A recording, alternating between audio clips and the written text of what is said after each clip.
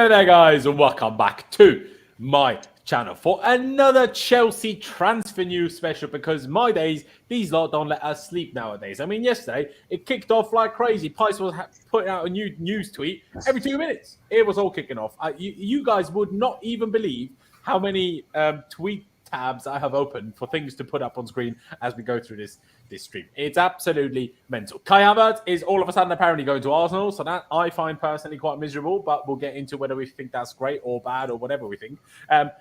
Fabrizio Romano dropping kind of a huge hint, I think. Maybe he was just purposely making it look like a huge hint rather than it actually being a huge hint. We'll have to wait and see. On Caicedo joining Chelsea, not necessarily right now and tomorrow, but eventually. And also, have Chelsea found a bit of a hidden gem of a striker in Spain that some of you, some of us will have heard of, some of us won't have. So we'll get into a little bit more detail of that. Apparently, we are also not fully out of the race for Declan Rice, which I'm like, well, yes, we are. But, you know, we'll see what the papers talk about, I suppose. And a lot of other smaller bits and bobs we tell Inter to go do one, essentially, because they just want more loans. These little, like, you're from Milan. Do you know what I mean? Like, sell a few of your Gucci clothes and cough up some flipping money. What is this loan stuff? Get in the bin, you know what I mean? It's like fucking amateur football. What is that? Loan. Like, come on, get yourself some money, man. What is this? You made a Champions League final and you're scrapping about for a couple of pennies. What is this? Absolutely shocking. But also, on top of things, the fixture list for the upcoming Premier League season has been announced, so we will talk about that, but I will get into these wonderful guests first and foremost. Connor, thank you for joining us. Connor, by the way, has now started a YouTube channel. Link is down in the description. Connor, thank you for joining. Thank you for being back on. You were last on when we were speaking about Pochettino and how that would quite work out at Chelsea. It took us a hot minute to announce it. We did announce it in the end. So we will maybe talk about Poch things more when we start pre-season and stuff, once we know which players we have and everything else. But how have you found the last few weeks, I guess, since the season has finished in terms of all the news? It's kind of kicking off, right? Like, are you in a place of concern? Because that's where I'm at. And we'll get into it again with the Arsenal stuff later, or with the Havertz stuff, sorry, and I might bring up my tweet from yesterday. But I'm honestly at a point where I almost need to a little bit detach myself emotionally from some of these transfer rumors, because it's not about the individuals that are leaving. It's not like, Mason Mount is the greatest player ever. It's awful if he leaves. Same goes for Kai Havertz. But it just worries me how many players are seemingly so perfectly happy to leave. Like, that to me is not a good sign of what's happening at the club. Like, as much as we might not rate these players, it's not a good sign when so many players want to leave to me. Yeah, I agree. It's been a whirlwind. There's been so much happening, like ins, outs, just rumours everywhere. But I'm similar to you. I think at the minute, it's just a waiting game. There's a new rumour every day. It could be like there's a new player getting linked every day. There's a new player that could leave every day. So I'm trying not to get too emotionally attached to certain players joining, and similar with players leaving. But yeah, the one issue is obviously there is a lot of players coming out, like you say with Havertz, for example, somebody who seemed fine in terms of nobody would have really expected. People thought he might leave, but not due to like personal reasons on his end. So the fact that he's sort of come out apparently and said that he's willing to leave, that's a bit of a strange one. The Mount saga, that's continuing. That's obviously the fact that he's been a club since he was young and now wants to leave. So I'm slightly worried at what's happening behind the scenes, but I think at this point it's just sort of a wait and see, and we'll find out in the next few weeks, especially with the window now opening, what's actually going to happen. So exactly, that's pretty much where I'm at. That's my thoughts as well, because and then you every now and again we get like a little kind of hit, I should say, of dopamine. They're like, you know, when Fabrizio is like basically making it look like, Caicedo could be happening. I'm like, okay, we're not completely screwed, because that's my issue. I'm like, okay, Kovacic is leaving, all the midfielders are leaving, and I am not that confident that we will get these great replacements. And I'm like, yeah, sure. We don't necessarily need to keep Kovacic, but it all depends on who the replacement is, how accepting I am of someone like Kovacic leaving. Same goes for Kante. The same goes 6 months back to Jorginho. I'm like, well, if we replace them with 3 Bakayokos, then that was awful business. If we obviously replace them with 3 Enzo Fernandez, well, that's great. So it all kind of depends on who comes in instead, whether how this is great. And like a lot of people are always happy, like, I say a lot. Some people are happy with Havertz leaving, Mount leaving. I'm like, yeah, that's all well and good. But if you replace them with 3 more Gallaghers, I'm not sure how happy you'll be. So hold your horse a little bit with your excitement, because that might come back to eat you. But at the same time, it might not. I guess we'll have to wait and see.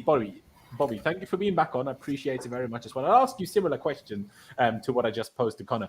I can't remember the last time exactly you were on, but it's certainly been before. Like it's been basically all transfer talk. So how have you kind of seen everything that's kind of gone on in terms of transfers? Like, is it worrying? Is it exciting? Because we're finally seemingly getting rid of, or making the squad smaller, but we're rather than starting with the deadwood of Ziyech, Pulisic, Loftus-Cheek, Gallagher, Hudson-Odoi, we're starting with Mount and Havertz and Kovacic and Koulibaly and like some of the biggest and highest earning wage players that we have, except for Mount. That's the whole issue. But how have you taken everything in so far that's been going on? And if you've obviously been able to follow everything in as much detail.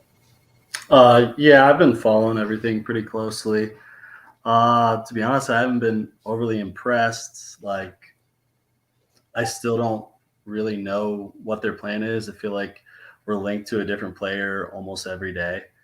And it just is like there's no clarity on what specific player they want to target. I mean, I get that they want Moises Caicedo, and I'm really excited about him. But I still think it doesn't solve a massive issue that's been with this team for years, and that there still isn't a true like deep lying number 6.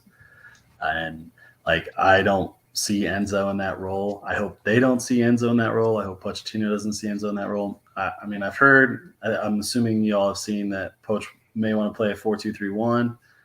And yeah, an Enzo Caicedo double pivot probably would work out okay, but at the same time, I feel as if both of those players want to get forward in different ways.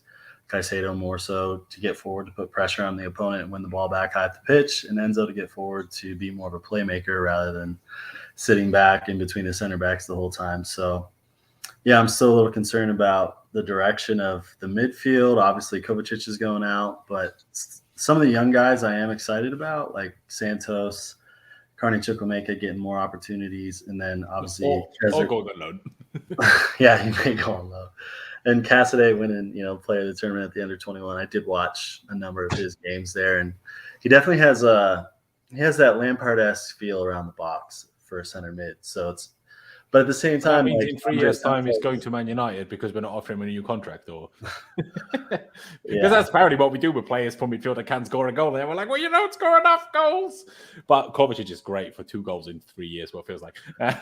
Yeah, I mean, it's just Kovacic. I feel like he's going to replace maybe Gundogan's role, but he doesn't have the finishing that. Not the goals Gundogan scored. Yeah, Gundogan's had so many big goals from this year, so I don't really see the fit too much with Manchester City there, in my opinion. But I do think it's time to move on from Kova. I mean, they might just put Foden back into midfield a bit more, because I don't think anyone, and that goes for Foden and actually the higher ups, are particularly happy that Foden isn't playing a lot of the important games. Obviously, he's still super young, so like this isn't going to be a reason to leave. But Pep has talked about a few times that he could also be a centre mid, so maybe he ends up replacing Gundogan himself. I guess we'll have to wait and see. But I think you're making an interesting point with the whole midfield situation. It's such a difficult one, and I think that's sometimes something fans get caught up in slightly, because as much as we can analyze what players were doing at other clubs, what's always difficult to judge really is how much of that is player instruction and how much of that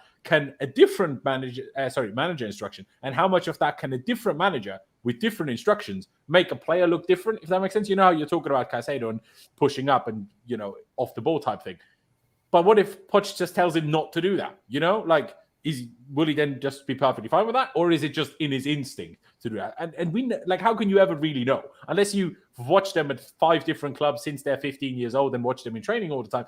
No one can ever really know that. So it's a really tricky one to me. But Pice, I'll come to you last. Thank you for being back on. Thank you for being patient. Appreciate you, obviously. Before getting into the news, because I'd come to the news plenty as we come to you anyway, I thought I'd start it off with the fixtures being released. Obviously, there was a lot of talk about yesterday about all these kind of fake fixtures that were coming out, and there was various different ones. Not one of them was right, which I found quite amusing. But here we have it up on screen. Starting it off with Liverpool at home. What do you reckon? Decent? Do you even care about the fixture list? I'm one of those people. I'm not particularly bothered. I'm like, okay, there's 19 other teams who will play each one of those, once at home, once away. It is what it is. Now, obviously, you care about the first game of the season. When you expect to fight for something, you also kind of care about the last game of the season, I suppose. But in the grand scheme of things, I'm not really that bothered. Are you? A little bit. I think November and December is very difficult.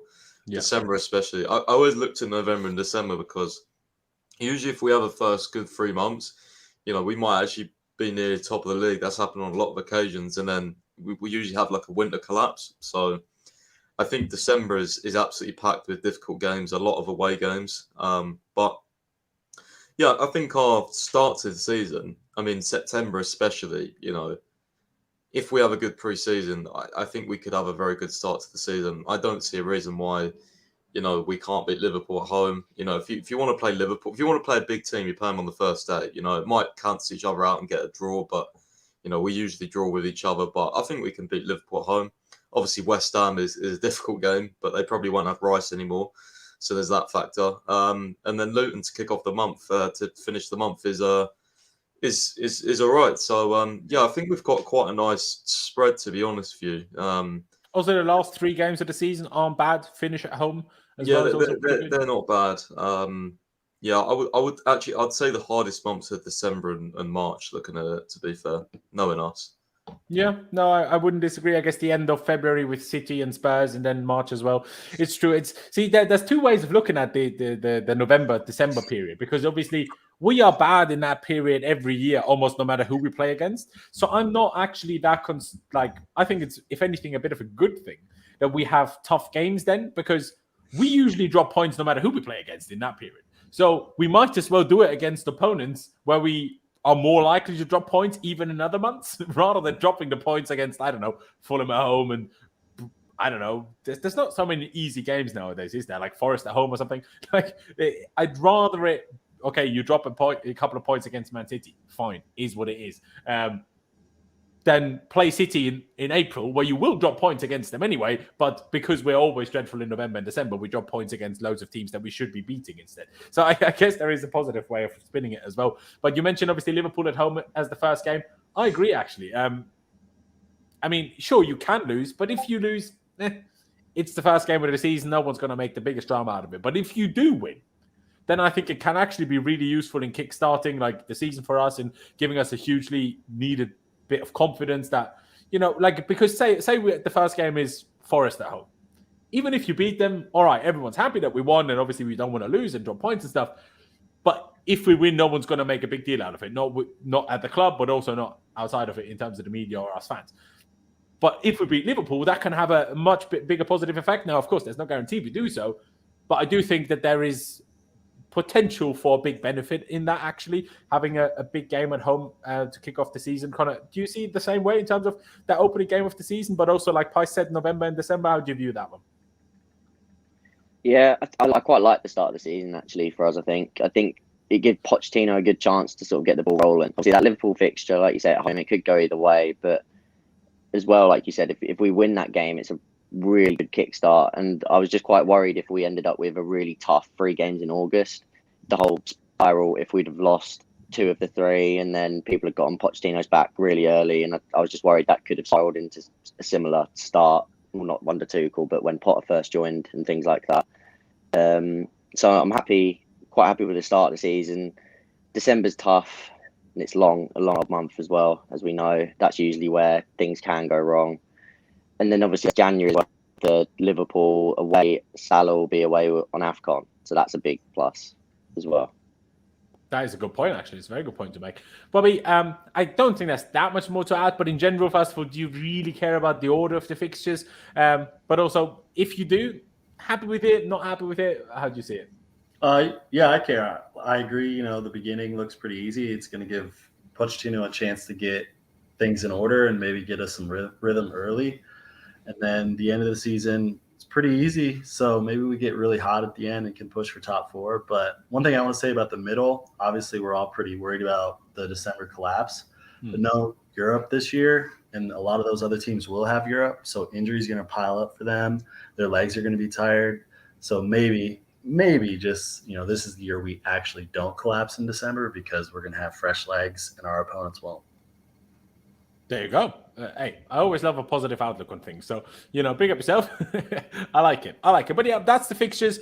13th of August. It isn't the Friday. It is the Saturday start for us. So that's also good. I didn't really want to be the Friday start personally. At the same time, obviously, because we have no Europe, no like Super Cups or anything, no Community Shields, I guess it would have meant an earlier start to the season. But in general, I'd rather start on the Saturday than on the Friday, me personally. But let's just get into these news, shall we? We won't start with the most exciting ones of Caicedo and Havertz and stuff. Start a bit smaller, start a bit simpler.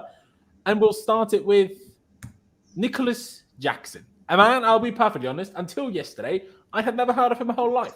But he is a striker for Villarreal. And he seems to be half decent, Like, I'm not saying he's the greatest striker in the world, and he definitely isn't. But he scored, 9 goals in his last 8 games, was it, Price? Like, doesn't seem half bad now, does he? I think he scored 11 in 1 month, if I'm correct. Yeah, even better. He scored a lot in 1 month. I've asked around a little bit, just like because I saw a stat where like he basically had scored all those in that 1 month towards the end of the season. And then the other months he didn't, like he was very like patchy. People were saying to me how he was. Well, first off, he's like 21, so he's young. Yeah. Although he does turn 22 next week. Yeah, he was behind Gerard Moreno, who obviously is a good striker. Yeah. And also like when he did get minutes, otherwise, apart from like that final month, apparently quite a bit of the time he was out on the wing. So yeah, I mean, I've obviously went onto YouTube as you do, watched a few clips. He seems like a tidy player. He's got good link-up play. He looks really strong. Also had a look at some of those like stat bomb graphs, the probably Connor uses more than me, to be honest. But they looked good compared up to the other strikers that we're linked with, like Vlahovic, Osimhen. So maybe this is a cheap gem almost. But this would be very risky in my opinion to buy him as our main striker next season. Although, as I was saying, the other day, I think so is Osimhen and so is Vlahovic. Like, who's to say this guy wouldn't be better than them because he's a better fit or whatever? Like, we just don't know. Like, it's really difficult. And also, like, we want these cheaper, like underrated almost signings, like hidden gems. And then when we don't get the big player, like we all moan. So there's lots of different aspects about it. It's a really difficult one to answer, to be honest with you, because there's like you can go one angle, you can go another angle. Like it's just it's difficult. It is, isn't it? And before I take it to Connor in a second to get his thoughts. I mean, he scored 12 goals in the league all season. I'm not sure how much of that was towards the end. I can't see here how much of it was in the end. I swear I read 9 goals in 8, but you said now 11 in 1 month. I in a way, I'd hope not, because that meant we would have scored all but 2 goals in 1 month, which screams purple patch to me. But in general, like I was going to touch on this now as well. Like in general, this is the kind of player that I wouldn't be upset about Chelsea chasing at all. Like that's kind of what the aim was of setting up this whole new recruiting department and getting all these scouts and recruiting experts and all sorts of whichever one of the names it is. I mean, we hired about 17 of them. So in general, I don't have a problem with this. My only issue with it is striker is not the position where we should be doing that right now. First of all, we have Armando Broja already, who is literally the same age, and I'm not saying same profile, but also a young, up-and-coming, developing striker who could turn into something very good. But what we don't have is anyone proven anything like feasible up front. And I know we already didn't have that before with having Aubameyang and having Havertz and having Lukaku ruin everything. I'm aware of that. But I just feel like striker is not the position where you should have 2 maybe good one-day strikers. I think you should have one a bit more seasoned, a bit more experienced, a bit more proven. At the same time, obviously, Pice, you made a good point. How many of those types of strikers have we bought that haven't worked either? That's very true. But you can also put that down to, well, we just decided on bad players. That doesn't mean every proven striker is a bad striker for us. Like, well, I'd hope so anyway. I mean, Connor, first of all, if you know anything about him, obviously, please do share. But in general, what's your perspective on this? Like, would you be in favor of signing someone like reportedly for around 30 million? I'm not sure if pounds or euros, to be honest. Like I say, in general, I wouldn't have a problem with these signings. Like a Mudryk is a signing like this. Like Badiashile is a signing like this. No problem with that at all. I'm not sure if at striker is where we need it. Like I say, we already have Broja, but what we're missing is that main kind of striker. And it's not him, I don't think. So unless the plan is to buy him, have Broja, and buy someone else, and not using Kunku up top at all, then maybe. But otherwise, it just seems, I don't know, it doesn't seem like the right move for where we are right now, unless you disagree, of course.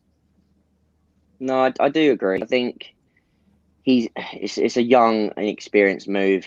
I like the idea of these signings where you're looking at what they can do. He's very good at running into the channels, and it looks like Chelsea are looking for that really this year. Like the few that are big names, apart from Osimhen, who can do that too, but the main ones, Lautaro, really good at running in behind in the channels and like being menacing there. Koulibaly, really good at doing that. And then Nicolas Jackson, again, another player who very good at drawing, coming out of that number 9 role, going into the channels and offering like an output. Obviously, the Atalanta one. Is he also about running in? Yeah, sort of similar. He's a tiny bit more sort of like in the box poacher, but he can do both. He's still similar as well. Can do both those roles, similar to Koulibaly as well. But the thing is that I don't understand with this is, like you said, he's inexperienced. Then we need a experienced 9 who's going to come in and really hit the ground running, score us 15 goals a season. That's what we've been asking for since Costa. That's what Lukaku was supposed to be. This big money signing who scores the goals, the chances that we're creating. And then we went and signed Datro Fofana, who, again, we was sat here in January saying, great, like, I like this bit of business. It's 10 million for a player who's quite raw. He can become this. And then we've just not used him. So if that's the same plan for Nicolas Jackson, then it's not going to work. So, no. And again, with Armando Broja, another one, I think he'd be really good for Pochettino, but he's only just come back from injury. Will he like him? If he doesn't, then he's just going to sit on the bench and not progress. So I think we've got too many of those types of players so I don't think it's worth signing Jackson alongside a Mawani, a Osimhen. So I think we either sign one of those big ones and don't go for Jackson, or if you're going to go for Jackson, it has to basically be that they're going to, like, they see him as the man and they're going to play him for the season. But again, that's risky, very risky, to go into a season with a 21-year-old who played 2 competitive seasons, really.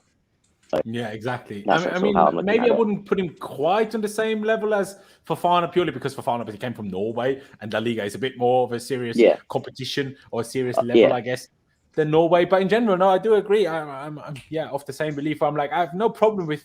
He doesn't look like a bad player. I understand. Like, in general, I wouldn't even mind those types of signings. But let's make those types of signings once we have a complete squad, shall we? Let's not add those types of players while we don't even know half our team. Like, it's just not the time for me. Like, if we do this in January or next year, no problem. But right now, I just don't feel is quite the time. Before I go to you, Bobby, and get your thoughts on this, even though I'm not expecting you to be an expert on Nicolas Jackson at all, obviously, or Nicolas Jackson, considering he's born in a French-speaking country, who knows? Ladies and gentlemen, please do subscribe. Still on the road to 20,000 subscribers. Hit that big red. No, it's not red anymore. Hit that big subscribe button for me. Hit that like button as well. Helps me spread these streams out to more people, and I massively appreciate that. But yeah, Bobby, much of a thought you agree with us in terms of, as much as he might be a good player, it's not really the time to sign another type of this player? Yeah, I did look. It was since like mid-April to the end of the season, he had like 9 goals and a couple of assists. And I'm like y'all, I heard of him because he won the La Liga Player of the Month, got like a Player of the Month card on FIFA. And I was like, oh, who is this young guy? And then 2 weeks later, Chelsea's linked to him. So I watched the YouTube videos and all that. But, I mean, if the scouts really, really want him and there's competition for him, then I think that we should go get him. But if there's no competition for him early in the window, I think that the money and the focus should be elsewhere, because I don't know if he's ready yet. Like, he's got the frame and he's got some pace to him, but I feel like it's more of a luxury signing where if it's, beginning of August, end of July, he's still on the market for 30 million and we have a dress striker in a way that is more conducive to winning right now, then yeah, I'm all for investing in this young player because he does look to be quite talented. But I'm in agreement with you guys right now. I just don't think it's where the focus should be. There you go. Fair play, Pies. Obviously, a couple of people in the chat, and also now Connor mentioned it as well. There have also been a few more links to like Koulibaly and the Højlund stuff isn't fully going away, even though it's never really become super serious. To your level of information, but also to your opinion, do you see us at all signing 2 strikers? Like one a bit more pricier and one a bit like a younger type one? Like, do you see that happening at all? Or do you think it will be one and we're just not sure which type we're going for? I think it'll be one. What I think will happen is if we do get like Jackson, I think Broja will probably stay, but I think Nkunku has also been rumoured to sort of help up top a bit, and I could definitely see it. But if Nkunku plays up top, then we need another 10. If Mount we will buy one. We will buy a number 10. We'll have to because Havertz starting one.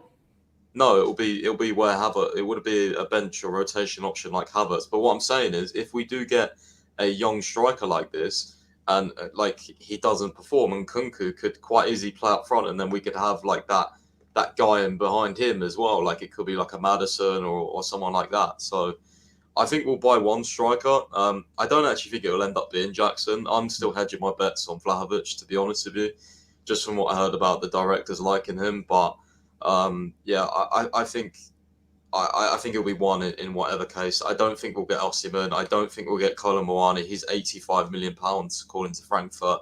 Yeah, for how good he is, that's too much. Like he's a good player, but not 85 I million. I watched him in the final. He's good. He's good at running channels. He's powerful. He's quick, but he's not I don't think he's I don't know. He doesn't strike me as a goal scorer.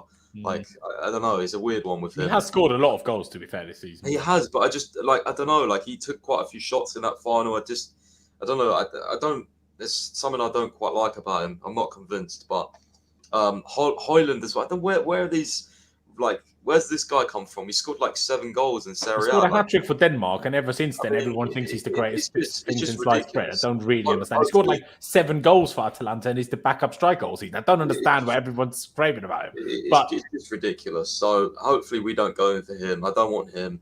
To be honest with you, really, the only options are Osimhen, Vlahovic, Martinez, or this guy. I think are our only realistic options, and I wouldn't even put Martinez or Osimhen in that realistic. So I'm hedging my bets on Vlahovic, but we'll see. Fair dues. Connor, did you want to add something to that? It sounded like it. Oh no, just when you were talking about Muani, I was going to obviously when you say goal scorer, he gets a lot of assists. He's got more. I'm pretty sure he has just as many assists as goals this season with Frankfurt. That might be wrong, but it's very close. It's a good amount of assists. So he's very good. He runs the channel. Or does he just run the channel so well and then square it? Yeah, not really creative. It's more like you say, getting in behind, sort of running the channel, alleviating pressure, especially playing for Frankfurt. And he scares me more with Bundesliga attacks than Nkunku. He doesn't seem as technical as Nkunku. Nkunku's he's much more safe because Nkunku's actually tidy on the ball. He's actually technically brilliant, whereas Muani's more of a physical specimen. Nkunku, running, even when he came in from front, that's all he did. Right, it was just running the channels. He's just super fast and strong. I don't know if that would work well in the Premier League. I mean, some games it would, but all season, I don't know. Yeah, it's a tricky one, isn't it? It's a tricky one. I'll get a couple more smaller things up on screen before we turn to the big news of the day. Apparently, Spurs and their new manager, Ange Postecoglou, who we were also linked with for one afternoon. He's now the new Spurs manager. We haven't ever talked about that on here, but I'm sure most of you guys know that. Apparently, he appreciates Conor Gallagher. And Chelsea would sell for a good proposal, according to Fabrizio. I think the report came from someone else initially. Now, whether Gallagher would be willing to go to Spurs, different story, I would say. But I still want to get rid of Gallagher, but there's no sell to Spurs. This is part of my annoyance as well with the owners and directors at the moment. I'm like, all the other clubs, they either give us extra expensive prices, extra high prices when we're trying to buy from rivals. Spurs just straight up say no matter what we do. But we are so happily willing to sell to everyone. I'm like, can someone teach these lot about football rivalries? I'm not saying that means you always have to say no, but you can't just make it easy and cheap and ship them off. I know Arsenal have been our retirement home, but not when they finish second and we finish 12th, man. No, I'm not a fan of this. But I mean, Pies, what do you make of that one? Did you see Gallagher going to Spurs? I don't. But the problem is, I'm not sure if the kind of club where Gallagher would want to go to would cough up the kind of money that we would ask. So that's where I'm slightly concerned. Yeah, I mean, it's interesting. Obviously, I've documented my thoughts on Gallagher. I don't rate him at all, but Yeah, I mean, Spurs, I mean, to be honest with you, I don't think he makes them any better at all, to be fair. So I wouldn't really care that much. But what I would say, Gallagher would probably reject them, to be honest with you, because I just feel he's like that connected to Chelsea. But Yeah. I mean, we'll see. If this one gains legs, we'll see. But, there's definitely other clubs in Palace. And I think Brighton was reported to be interested today. So, I mean, Or rather that we would include him in some deals. No, isn't that what Matt Law said? No, there was a report this morning. I think it was Alex Crook from Talksport. I think said that they were interested. So we'll see on that one. But there's definitely going to be other clubs we can sell to, as long as we get like 30 mil plus. I would sell them. I think it's easy money. Yeah, Doesn't or fit. include him in a Caicedo deal. I'd be well happy with that. No problem at all. Oh yeah, that would be great if we could do that, especially after Matt Law's report. But we'll see. Exactly. I mean, Connor, just quickly. Do you see your namesake Gallagher going to Spurs at all, even if they apparently like him or Postecoglou apparently likes him? I don't think it'll be Spurs. I think he'll leave. I think probably ends up at Brighton or somewhere like that. 40 million is. I feel like we can still get 40 for him. I think again, just the fact that he's English, he's had good spells at Palace. So, like he had some good games for Chelsea. I don't think he's good enough to start for Chelsea, but I wouldn't be against it if he ended up staying and he was a bench player with the 5 subs and everything. I'd quite like Gallagher. I think he offers something different, and don't get me wrong, I don't think he's amazing. I don't think he should be anywhere near the starting 11 like he was towards the end of this campaign, but yeah, I think anywhere near 40 million I'd be more than happy to sell, because again, like Pi said, it's easy money and it's good for us in the books, and we can get in players that are better than him. It's just I like his intensity, that's about it. But yeah, I think it's just something. To be honest, as much as I've been super critical of Gallagher, right, I even fully agree with this. I just don't think we're in a position, like I always go by, how useful are you for the team compared to how much money do you bring in? And I think that puts Gallagher kind of on the top of the list, because very few players bring what he does, where I'm like, okay, from the bench with your energy, that's what I kind of want you as. But those players don't usually bring you 40 mil. So I'm like, you need to just, cash in my opinion. But then again, if we're getting rid of Mount, if we're getting rid of Havertz, so much money will be coming in. Do we then need to sell Gallagher? But I mean, I'd personally say yes. But hey, who knows? But obviously, if you want to add anything to that one as well, please do. Otherwise, I will get to the next little rumor. And again, I'm not expecting you to be an expert on that one either. But again, I'm just rolling out the few smaller stories before we get to the bigger stuff. Apparently, and if I remember correctly, what Pice told me the other day, this is a pretty reliable Belgian outlet. Obviously, Amadou Onana being Belgian. Apparently, Chelsea have started discussions again. Obviously, we were already in contact with them in January over a potential transfer. I don't know. I mean, I don't think this has anything to do with Caicedo, but maybe instead of Lavia, could it be that just Southampton are asking too much money? I don't know. What do you make of this? Like, it's weird because at the World Cup, when he came on those few times, even though he got booked every time, he looked really good. But from what I've seen of him at Everton, I haven't really been impressed. I don't really know what to make of this because, I mean, Everton is also Everton. First they had Lampard, and then they had, Sean Dyche for a couple of months. I'm not really sure if it's fair to make a full judgment on a player. I mean, look at how awful every single one of our players, even Thiago Silva, looked like under Frank Lampard. You know what I mean? So, like, you can't take that any seriously. But, I mean, if he's the second midfielder that we buy, I'm not going to cry about it too much, but I would prefer Lavia, I guess. But, Bobby, what would you make of this link? And obviously add something to Gallagher as well if you want to. Gallagher, if we can get 40 mil for him, fine with that. He can go lose the ball in Spurs midfield. Onana, I mean, for me, this profile is very similar to Caicedo. I don't think that he's a deep lying 6. He can do a really good job on the defensive side of things, but I feel as if he wants to push forward with the ball. And I just feel that it's a similar profile of the players that we already have from a youth player development, like Andre Santos and stuff. Is he going to block his progression? Is he going to block Carney Chukwuemeka's progression? For me, he's a very similar profile to Caicedo. I'm not sure he's what we need if we do get Caicedo. Like, I wouldn't want Onana to be the second midfielder. I feel like we would need a different profile, like Joao Polina or something along those lines. So it's just dependent upon who we get in the team. But my initial instinct when I saw this link was like, he's a good player, but is he really the profile that we need? And to me, the answer is no. Fair dues. Connor, do you share Bobby's view on this one? But what do you think of our link to Amadou Onana? I wouldn't pick him, but I think I think he's okay. I think he's a bit of a destroyer, wins a lot of the ball back, quite prone to a yellow card.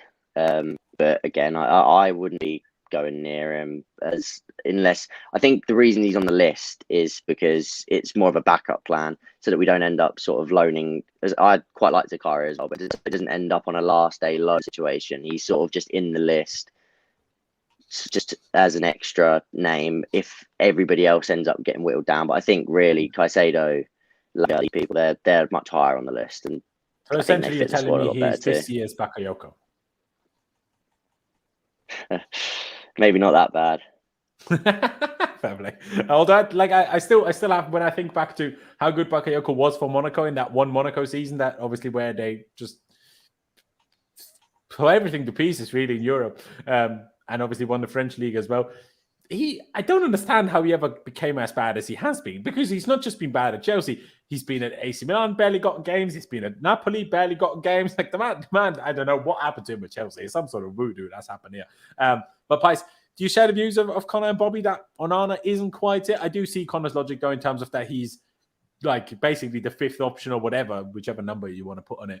Just in case everything else goes to shit, we don't have to do another Zakaria. I guess I can see a little bit of logic in that, because if we don't get on any of the other targets, and we bloody hope we do, but if we don't, we want to be prepared and then not have to do, all sorts of panic buys left, right, and center. So I guess fair enough. Although if we did sign him, people would call him a panic buy anyway. So I guess it doesn't really make a difference.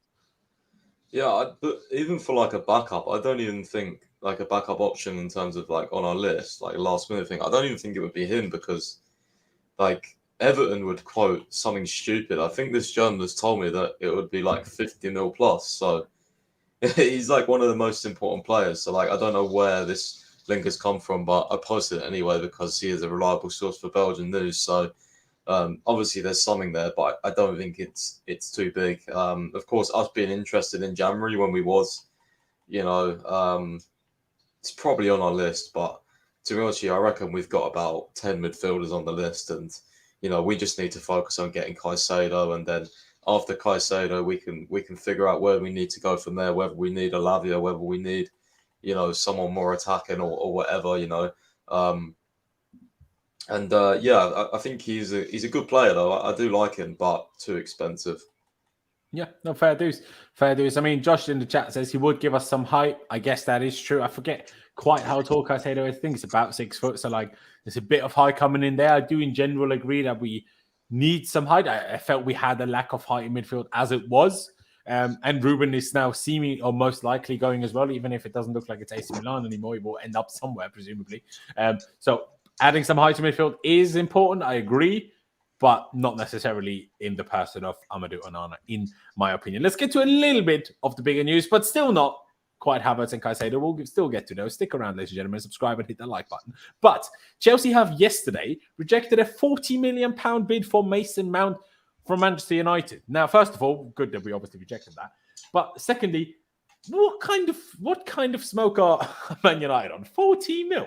We told them 70 mil, and they turn up with 40. Surely, purely on the basis of that, we should tell them, when you're doing like FIFA career mode, you can just block all future offers or something. Like, what is that? 40 million, you're taking the absolute Michael. You're about to get Qatari money. But add another zero to that and we could talk. Do you know what I mean? Like, what is this? 40 million. It's absolutely outrageous behavior. That I know, Pice, you want to get rid of man, but that is a ridiculous offer, that is, no?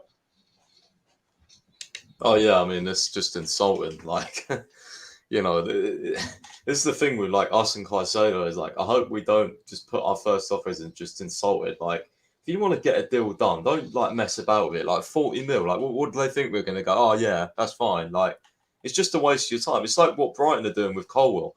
30 mil, 40 mil for one of the most promising young centre-backs in the world. But at least they're Brighton, I'm not expecting Brighton to have 80 mil. But this is Man United we're talking about. Fair, with all their bloody sales they've made, who knows what's in their bank account. But, yeah, that's true. But yeah, it's just like a waste of time. Like, why even bother contacting Chelsea, giving us 40 mil? Like, our valuation's 70. Let's get closer. Like, don't take the Michael, as you said. Yeah, no, there you go.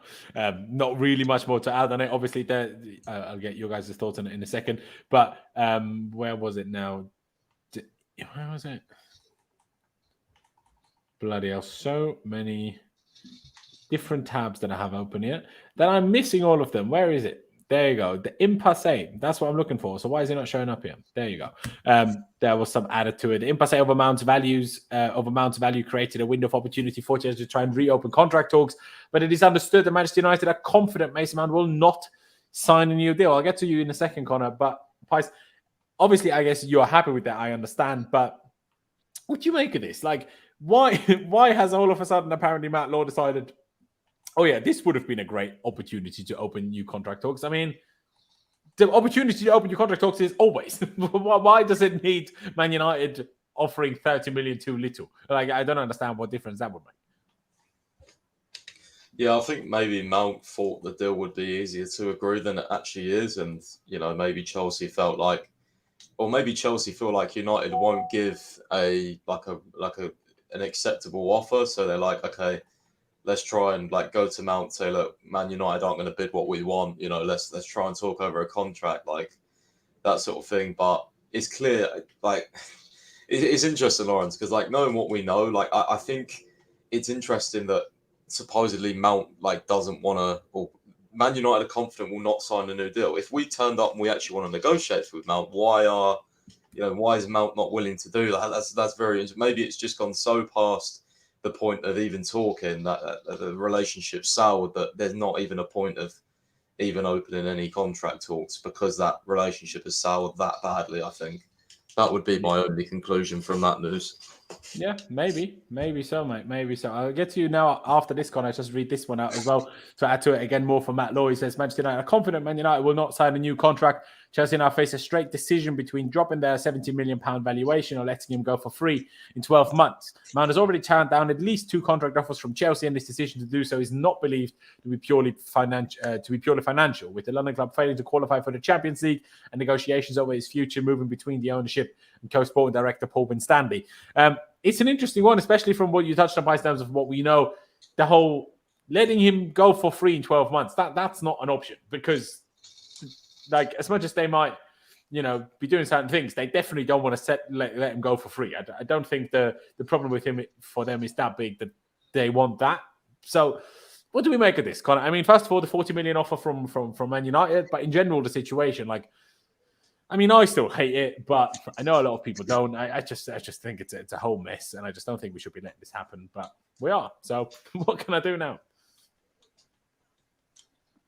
I'm quite sad by it as well. Really, I love Mount. I think what he's done for the club and just the fact he came through at Chelsea. I think he's always been quite harshly criticised, much worse than a lot of other players that do a lot worse than him. But 40 million is ridiculous. That's just like you both said, it's insulting. It's not even going to get people. We're not even going to pick up the phone at that price. Same with Colwell at that sort of price. You're just not even going to talk to him. But I think the problem is maybe the whole thing where it was the way for Chelsea to reopen talks is saying that Man U clearly don't value you at this sort of level because they're not going to pay this sort of money for you. But again, that's just really that wishful thinking, really. I think he'll probably end up going for between 50 and 60. I think this is just their way of massively lowballing the 70 million valuation and sort of forcing us into a corner where we basically have to say we either let him go for about 55 sort of million or we're going to end up losing him for free, which would look even worse on the board than not extending the contract. At least if we sell him, we get pure profit.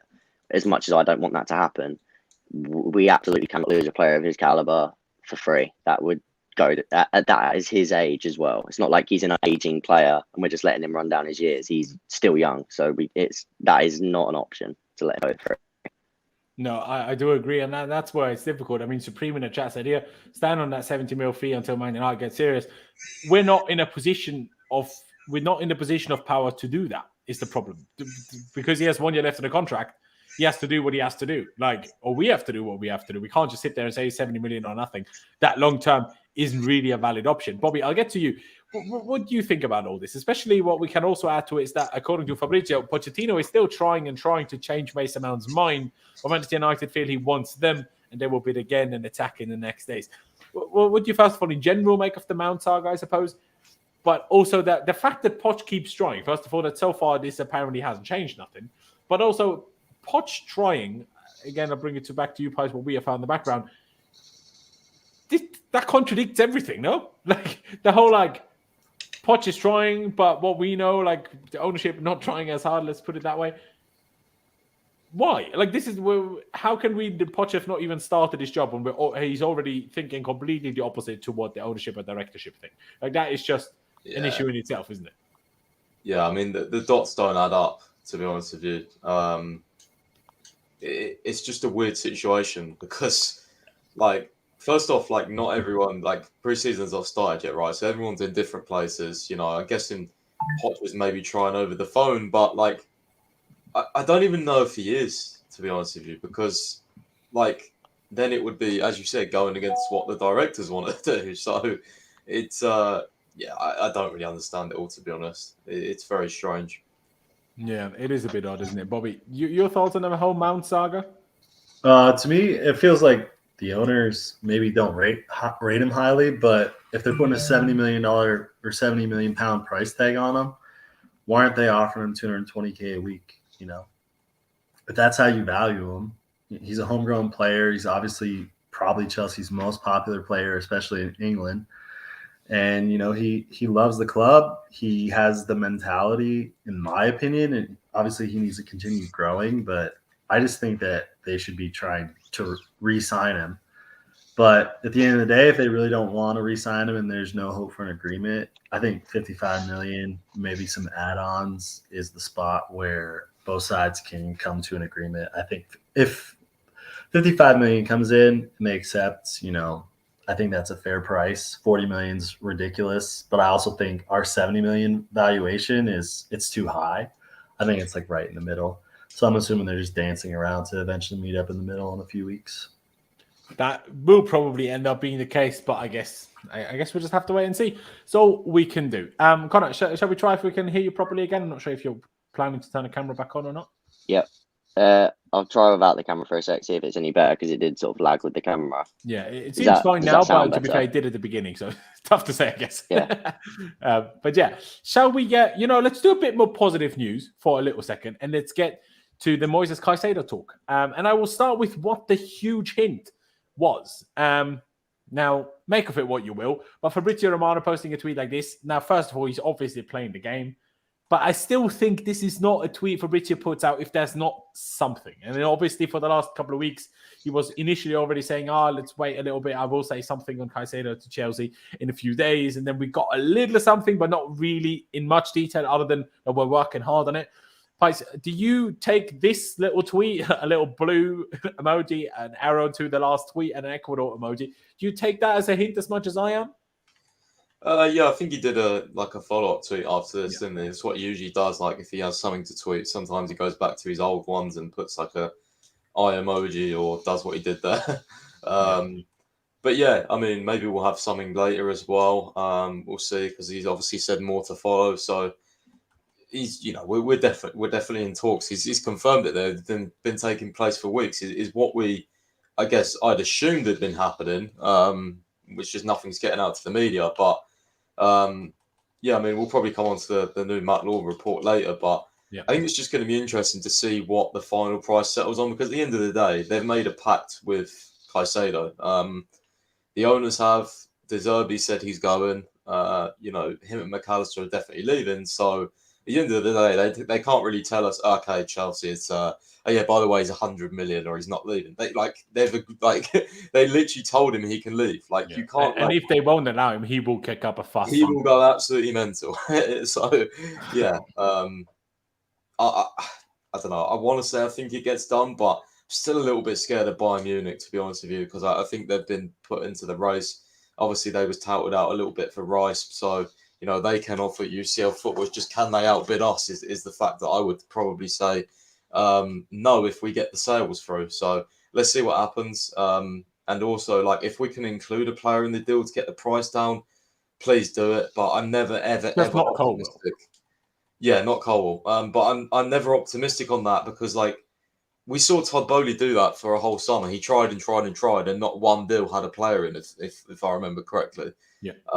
So because when you do player swaps and cash and that, there's so much that needs to be agreed on all sides that it just makes it really difficult to do. So, yeah, I think we'll probably end up forking out a large fee and no player, but we'll see. We will see. We will see. I mean, I'll bring up the next bit of news onto here in a second. Just now, I haven't read the whole article. Pice, I'm sure you have.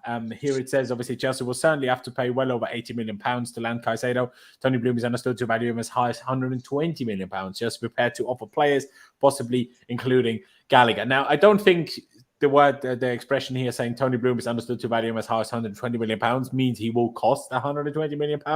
That's just as high as he might value him. But like Pi said, there's a bit of circumstances to it. I said I agreed to a new deal in January to stay, but with the promise that he would be allowed to leave in the summer. But also, I would still stand by the fact that Fabrizio not long ago talked about 70 to 80 million, and now Matt Law and I think it was Jacob Steinberg not long ago saying it was going to be well over 80 million.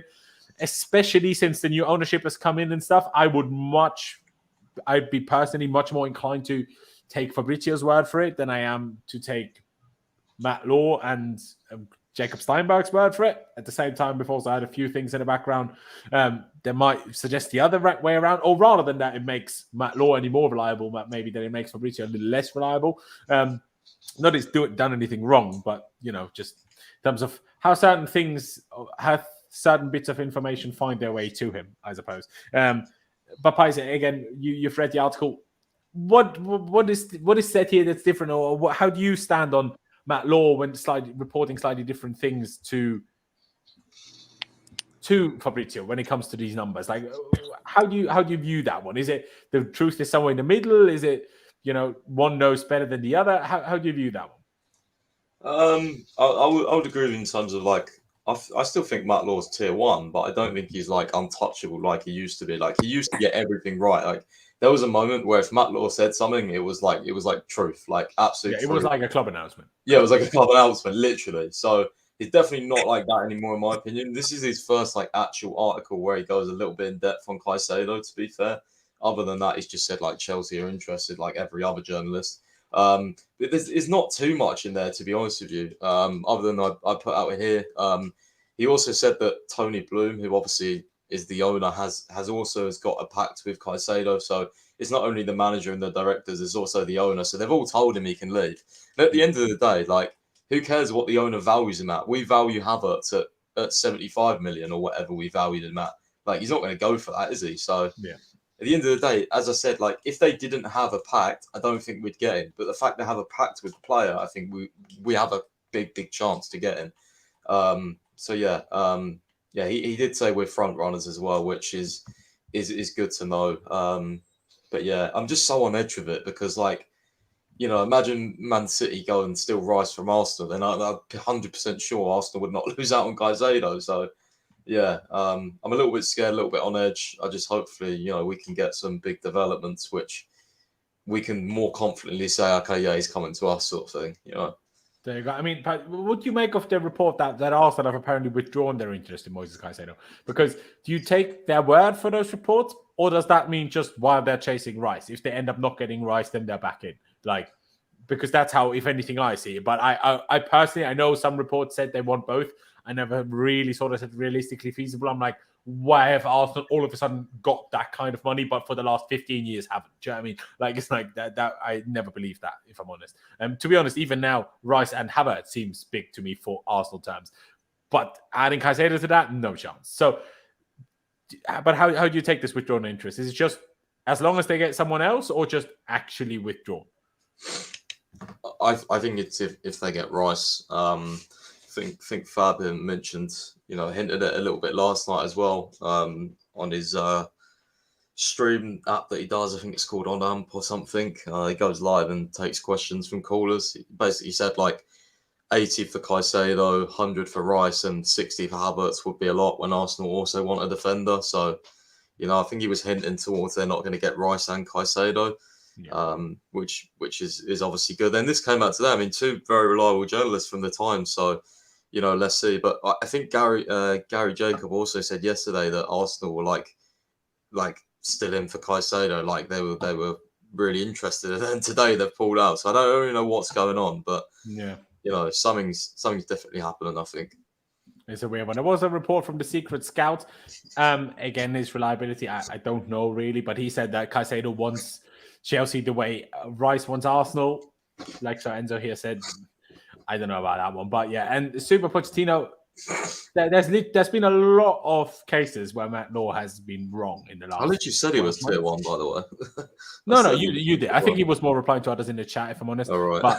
But no, you obviously did. I personally, I'm not even sure I'd still put him in tier 1, just judging by how many things he did get slightly wrong. Now, obviously, that doesn't mean his information was always wrong at the time, but it didn't turn out to be right. So he might be getting information, but he might be getting information from the wrong people at the club nowadays. It's a difficult one, I suppose. It's a difficult one. Connor, I get to you. What do you make of the whole Caicedo situation? Obviously, the Fabrizio tweet, whether you take the blue emoji and the Ecuadorian flag emoji, and then obviously his follow-up. Now this Matt Law report. Certainly what's come out today has made me a little bit more confident that we will end up getting him, but you can't sit here and expect it. So to me, and I keep saying this, now that Rice isn't an option anymore, even though apparently we're still in the race, we'll get to that in a minute. If it's not Caicedo, to me, we are so effed. Because I even understand there's some people that say, no, don't go for another Brighton player. And especially people that are maybe a little bit more casual and didn't maybe do as much research into like Caicedo and stuff. I understand even why their perspective would be like that. Obviously, Cucurella hasn't exactly worked out. Potter hasn't exactly worked out. But my counter question is always that, well, okay, if it's not Caicedo, who on earth else do you get? We need midfielders. We don't even just need one. To be honest, I'd like to have two that are on a similar level to Caicedo, not even just lower. Obviously, that's not realistic. I'm aware of that. But, if we want to ever get to a level of like a City again, they have like 5 midfielders on the level of Caicedo. Do you know what I mean? Yeah, if we don't get him, to me, we are absolutely screwed. So I just hope we do. That's all I can really say. But how do you see that situation, Connor? And like I said, if we can add a Gallagher to it, a Chalobah to it, whoever, I don't really care. As long as it's not Kobo, find a way. Just make it happen. Yeah, that's the thing. He's an absolute must, in my opinion. Now that Rice is basically done, I was always sort of thinking, even towards the end of the season, Rice was still a possibility. But now it just feels like it's Caicedo or bust in terms of getting a really high tier midfielder to partner with Enzo. I'm a big fan of Lavia. I think he's really raw. And again, another one of those players. I think he'll take a year or two. So I think he's not going to be the main signing. Like you said, we need 2 midfielders. So I think it's basically Caicedo and Lavia, or Caicedo, and then obviously before he went to PSG, the idea Caicedo and Agate. It was always 2.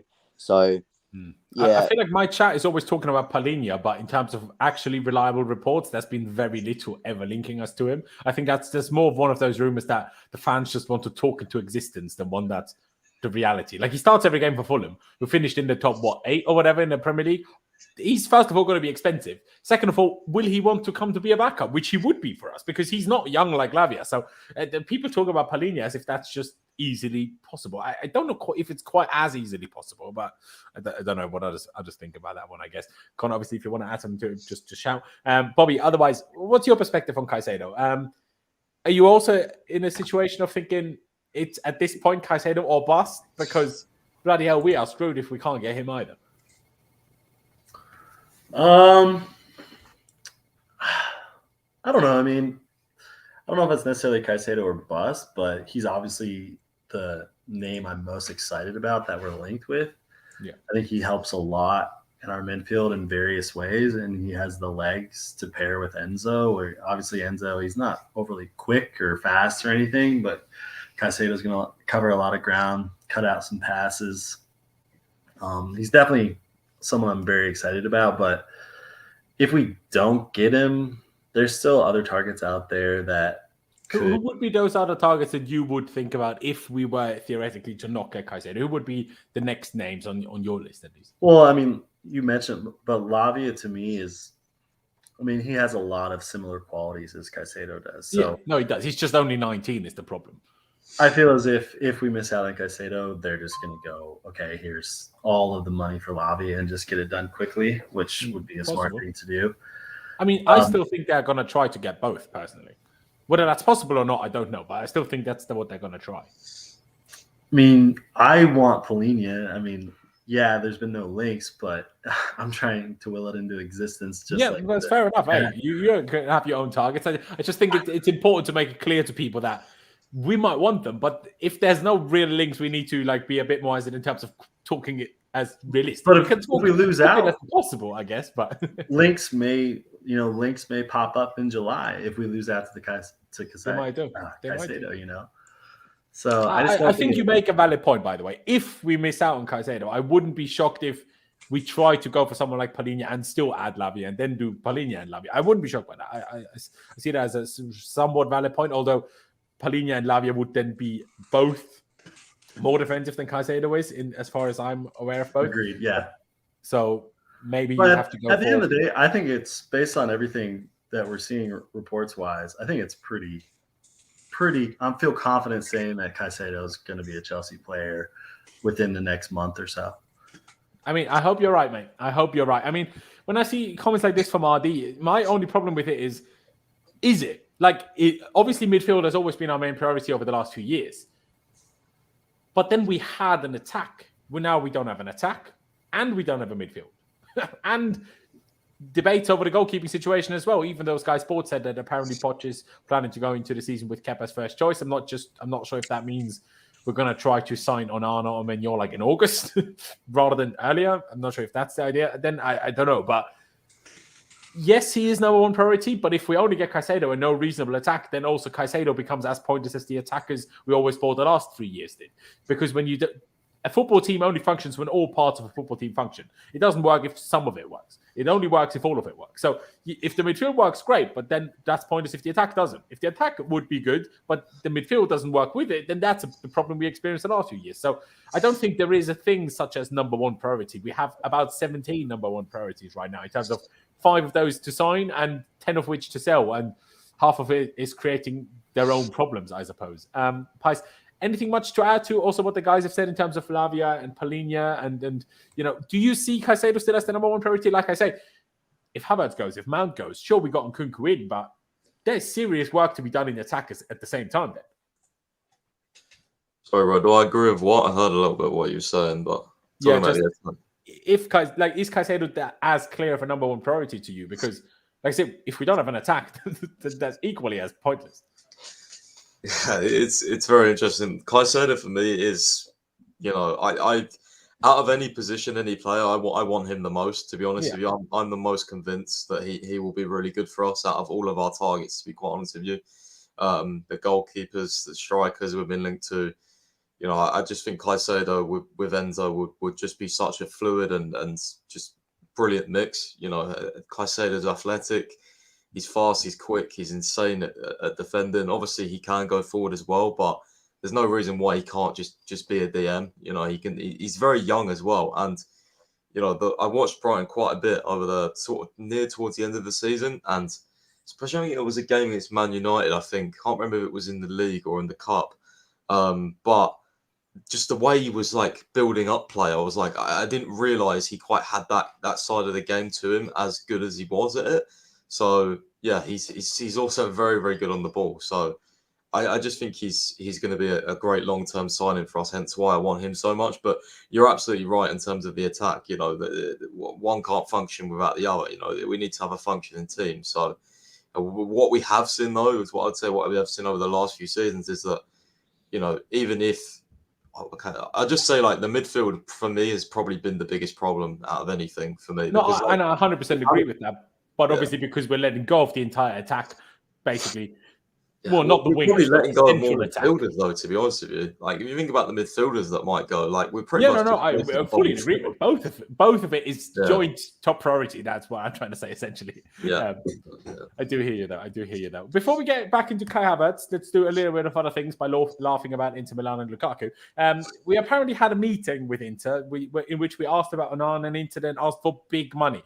Now, Fabrizio, in another tweet of Pice, there was a statement from Fabrizio saying we're not going to pay anything crazy like 80 million. Here it just says Chelsea made it clear they're not paying crazy money. Chelsea also said no, as of today at least, for Lukaku and Koulibaly loans. Because, and this is what I was talking about 2 days ago when I was like, I was kind of against Pice and Oli in terms of I would rather keep Koulibaly than Chalobah, because I just feared if Koulibaly goes anywhere, like an Inter, it's going to be on loan. We're going to have to still keep paying half of the wages, and then I'd just much rather keep him than not have him here. And this is exactly how it's turned out. Inter just want him on loan. Now, Saudi Arabia might pay permanently. We'll see about that one. But yeah, Inter can literally go do one. They piss me off. About Onana, though, are they asking for crazy money like that? Like, have the reports of transfer fees necessary over the last few weeks that were always talking about 40 to 50, maybe 40 to 60 million being necessary? Have they just been wrong, or are Inter just trying to hardball us to try and get us to include your Lukaku and Koulibaly's in deals? Or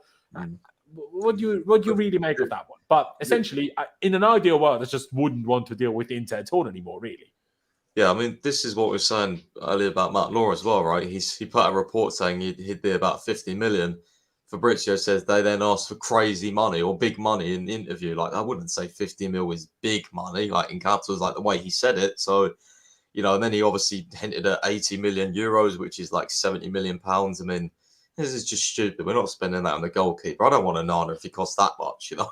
So, we do have other options as well. I think, Mamardashvili, I think is his name, from Valencia. He's someone that maybe ask Connor about a little bit because he'd know about him more than me. But young goalkeeper, I know we've scouted him.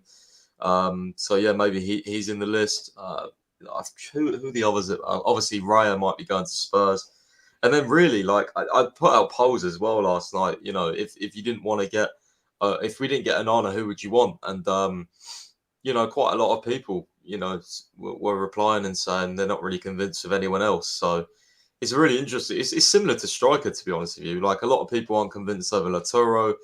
Everyone wants Osimhen because he's, he's the big new toy and stuff like that. And he's got that element of, wow, like if he bangs, he could really bang, So, but yeah, I don't know. I just, again, I go back to my point on Caicedo. Like, there's not really a unanimous target that everyone wants apart from Caicedo, which is a little bit worrying, to be fair. It is a little bit worrying. It shows you some about where we are, shows you some about where the market is right now. Yeah. And unfortunately, the timing of when we need half a new squad and when everyone has half a new squad available for us has not turned out great, that timing, unfortunately.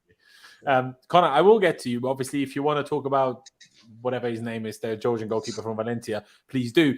In general, what is your thoughts on this? Is there a certain price limit where you're like, that's what Onana, like, that's worth paying, that's what's not worth paying?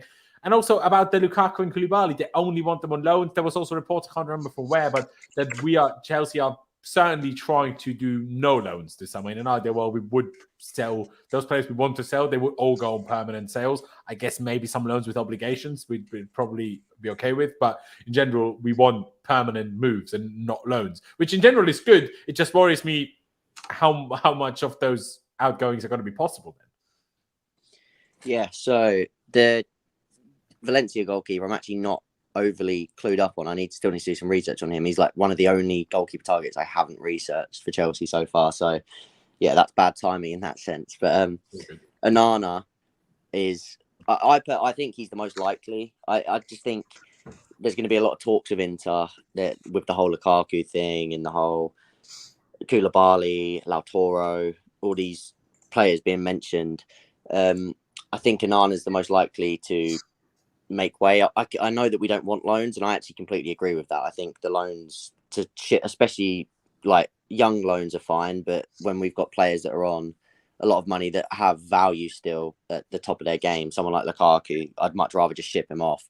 But I could actually see a world of which we get Onana for say 50 million, and we extend Lukaku's loan for another year as part of sort of a bargaining chip. Hopefully it doesn't come to that. Hopefully we can actually... But I feel like if we still pay 50 million, that's too much to give them a bargaining chip even.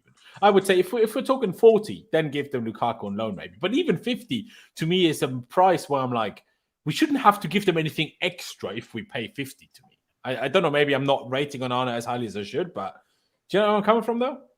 No, yeah, I do. To be honest, for Onana, it would be somewhere between 40 and 50 for me that makes it worth it. Anything more is ridiculous. I mean, even 50 million is a lot of money, but obviously nowadays, I think people, especially me as well, I think that sort of money is just getting thrown around to the point that it's 50 million is not seen as a massive deal anymore. That's actually like Lavia. Which is why it's so crazy that we're letting like Pulisic go for 20. Oh yeah, that's the thing. We're not actually getting like Ziyech as well. We'll probably, I mean, I know we only bought him for 25 and he's a lot older. We're lucky if we get a tenner for Ziyech at this point. Well, literally, there's probably going to be about 10 million, really. So I was talking just 10 full stop, but yeah. But I hear it. I don't disagree with you too much.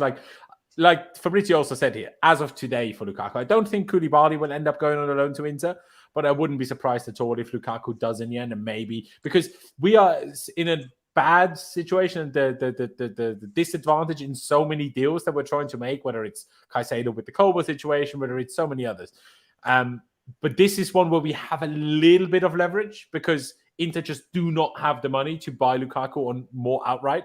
So if they want him and he wants to stay so badly, he also needs to help facilitate it. I still don't fully understand why Lukaku, like if he wants to go to Inter so badly, why doesn't he just agree to take a wage cut?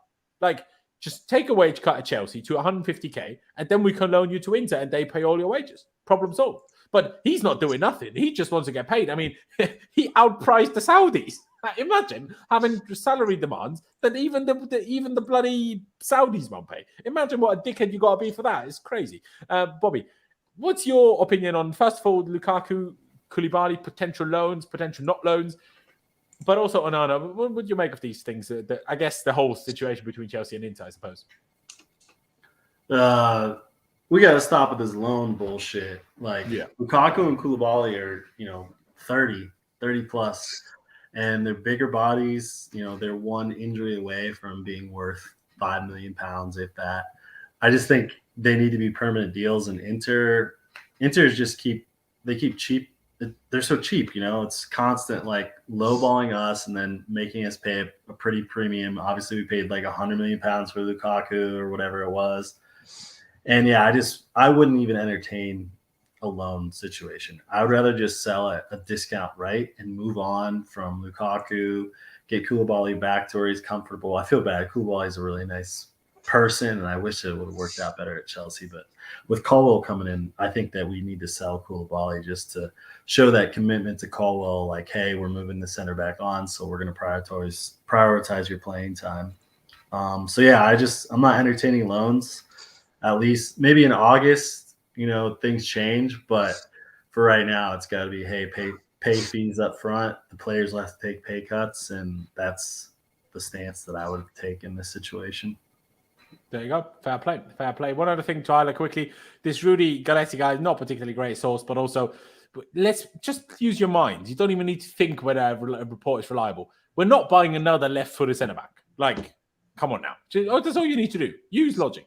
That's all it needs, really. But yeah, I think let's get done with this business and let's talk about the big elephant in the room. There's a lot of tweets that I will bring up for this as we go through kind of all the kind of smaller part of the whole report that has come out about it. I'll just start with the biggest one and I guess the latest one, really, and then we're kind of working our way backwards just to make it clear to everyone.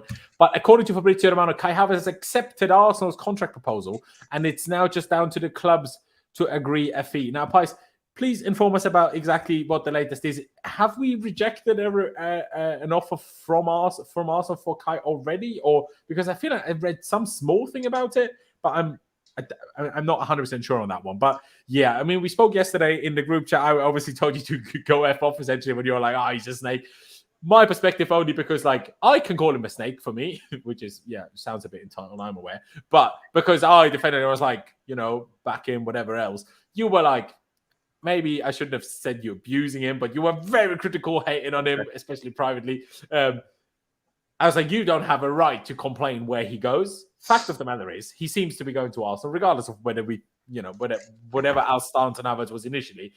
I'm not happy with Kai Havertz going to Arsenal, both from his perspective, but also, and I won't go back to what I said earlier, from the club's perspective. Yeah, I understand no one other than the Prem and a few big clubs in Europe are going to give you big money. But it's just, no, man. There's like, if these clubs want those players, then it's not a good idea to give them those players. I said that for Jorginho. I will say it for Havertz. I will say it for Mason Mount. I will say it for all of these clubs that will try to buy players from us. If they didn't think they were good, they wouldn't want to buy them. So in their opinion, they will help them.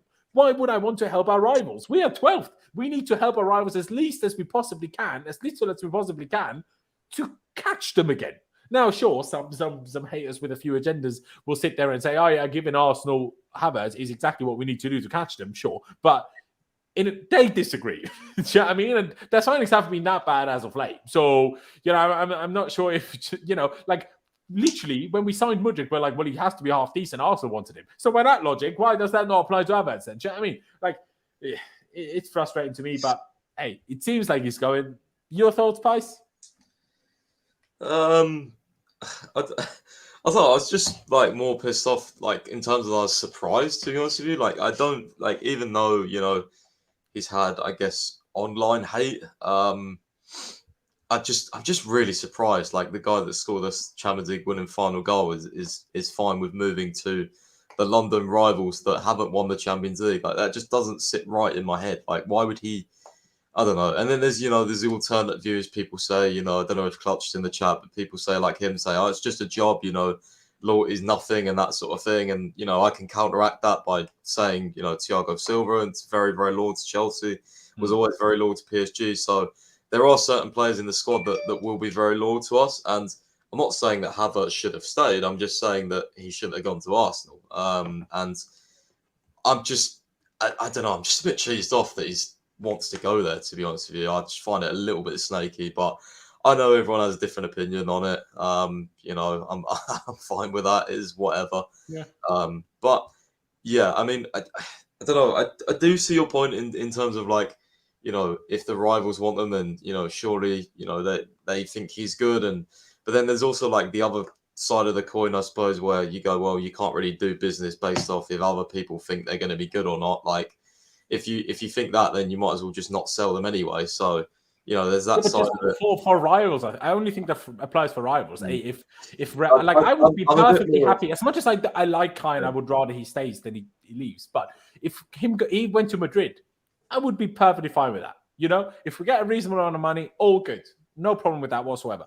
But these rivals, like it's like a Premier League free-for-all. We're getting Poch now. Last year they gave us fucking Aubameyang. Now they're giving all of our rivals all the players they want from us, from Mount to Havertz. What is this? Like, where does this come from? I hate this is not an like American franchise situation where we're all best friends because we need to pay together to get Messi here. Like, no, we hate each other. We don't help each other. What is this? Like, they don't give us anything. Like, but the weird thing is, we also don't try to sign new players from our rivals. That's the strange thing. We haven't even tried to go for Gundogan. We haven't even tried to go for Bernardo Silva, who's going to PSG now. Like, why not? Like, why not? You know what I mean? Like, why not at least try for Gundogan or Bernardo or Mahrez? Like, why not? I don't see that. I don't understand. Alvarez, call him. Like, you sure you don't want to be starting striker for us instead of being backup for Haaland for the next 10 years? Like, do you know what I mean? Like, at least, I'm not saying these got to work out, but everyone's rinsing us. And all we're doing is try to sign Brighton players. And yeah, those Brighton players are good, but these other players also have good clubs who we could at least think about. Do you know what I mean? Yeah, I mean, I did say the other week, I think on stream, like you're going to see so many Premier League transfers, and because we're the league that's got the money, so direct Premier League transfers are going to become more common, and maybe I'm just not used to it, to be fair. But I will get used to it. If we sell Mount to United and Havertz to Arsenal and Kovacic to City, then like it's just like what, like my brain just can't handle it. Like why? Like it's just mental. It's just crazy, but. The why is because other clubs ain't got any fucking money. So, yeah, I don't know. And that's okay, like, right? But do you agree with me that we should at least try for some of our rivals' players then? Because We should. We should do, and we don't. To be fair, you are right. Yeah, we should. I think the thing with Havertz, like, difficult situation because obviously, there's been reports that he's not going to sign a new contract because it means you go on less wages now because of our like whole incentivized thing that Bowley and Egbali are doing, and then Arsenal are willing to pay him over £200,000 a week. That could be near or even higher than his Chelsea wages. So yeah, wasn't he on 150 at Chelsea? I thought. I don't know. I think he was on 200 plus. I'm not quite sure though. But that's what I always read anyway. Yeah. But you never know with these numbers that you read. So yeah, it just goes to show that it's a money based game. I'm still hoping that Bayern Munich come in because I would like to see what he does then. Whether he'd like to go back to Germany or is he just happy in London, and the fact that he doesn't want to sign a new deal on our terms means that Chelsea are like, okay, we're selling you them, because we're obviously doing this thing now where we're also selling people who have 2 years left that don't want to sign, which I quite like that strategy, but I also think we're being like very rash with it. It's almost like, we ask them once, they say no, and it's like, okay, right, you're sold then, sort of thing. Like why can't we just, as much as I don't rate Havertz, if we want to give him a new contract, why don't you spend a little bit more time on it? You know what I mean? Why have you only figured that out now? Do you know what I mean? After it's just weird. And I mean, with Mount, I think it's different because obviously it's been a long drawn saga, and unfortunately it's ended the way it has. But with Havertz, this is very I think Alex Goldberg was the first one to report their interest, so fair play to him. But it's like this. He said this like 2 weeks ago, or even like 1.5 weeks ago, and now it's like nearly done. Like, what the hell? How can that happen? It's just crazy. Yeah, exactly. I mean, apparently a new Fabrizio video just dropped with Havertz being one of the topics, and apparently he said 90% agreed for personal terms, even though he said they're already agreed. But yeah, obviously from Sammy Mockbell that Arsenal are willing to pay 60 million all in for Havertz. Also, Fabrizio said 60 million might be the fee that ends up being quite okay for all parties. And I would be okay with getting 60 mil for Havertz. I mean, remember when we were talking about him going to Real Madrid, and we was apparently asking for 52 million, 60 million euros. I was like, you should at least ask for 60, I think. I guess if we're getting that, I don't have a problem with that. But it's like, why Arsenal? I also don't understand why they need him for this much money, because I don't really know where he'd start. I don't think he's going to start up front. They play a 4-3-3, not really a 4-2-3-1. So, and if he's going to be in competition with Odegaard is their captain, so he's not going to play over Odegaard. So, what does he want? Like, that's the strange bit to me as well. Obviously, he's probably going to back himself and say, well, I might have to fight for my spot, but I'll win my spot, I guess. But it's odd to me. It definitely is odd to me. Connor, what is your opinion on all of this? First of all, Havertz going to Arsenal in general, having personal terms agreed. At the same time, I mean, if they offer him 200k a week, I'm not surprised by him wanting to go there, because not many other clubs are going to offer him over 200k a week after the last couple of seasons. Yeah, so really quickly whilst I remember, the only real person I can remember rival-wise is obviously we signed Sterling. So obviously one you was talking about, Bernardo Silva, those guys. Yeah. But again, like, I do agree with what you were saying. We don't do it as often as other teams in terms of even around. But with Havertz, it's quite. It's like it's similar to Mount. Really, I don't really want him to leave. I like Havertz. I was a big fan when we first signed him. I was really excited. Yeah. I thought he's had some big moments. I think there's a proper player in him. I think he's really technically good. He's very different. He's silky. I think he'd be perfect for Bayern Munich, but that's a different topic. Yeah, I think he ends up. I'm still hoping that they turn up, but Yeah, I just think he'd be perfect to replace Müller. I just think that's genuinely his calling. I think him in that Müller role at Bayern is perfect for him. But it's a bit strange him going to Arsenal, and I'd be sad to see it because not even knowing if he'd do well or not, because obviously he was so inconsistent for us. There's no telling that he'd do anything better at Arsenal in the Premier League in the same environment week in, week out. But 60 million is about the price where I start to think it's probably time to sort of let go, and you sort of take that 60 million mark and you allow it and you take that and run, and you sort of give up on what was, because what did we pay for him? It was about 80, wasn't it? 70. Somewhere between 70 and 80. 72. I'm not sure if it's background noise for you, Connor, or if it's for Python. No, it's not mine. Okay, so Python, need you mute yourself, please. But yeah, Fabrizio did also say to keep a close eye on Bayern Munich for Havertz, like you touched on. Arsenal know that Bayern could have entered the race. I'm still hoping for that. Now, I hate Bayern arguably more than I hate Arsenal, to be honest, but they're not a local rival of Chelsea, so I'm a lot less bothered. Yeah, it's a difficult one. And yeah, like Clutch says, Müller is a very good comparison. Müller is one of those players that if you played in the Prem, everyone would say he doesn't have a position, but that's Thomas Müller's actual strength.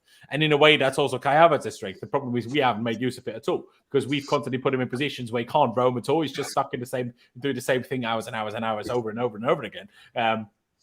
Sure, that's partly down to us, partly down to him, partly down to us having 17 different managers.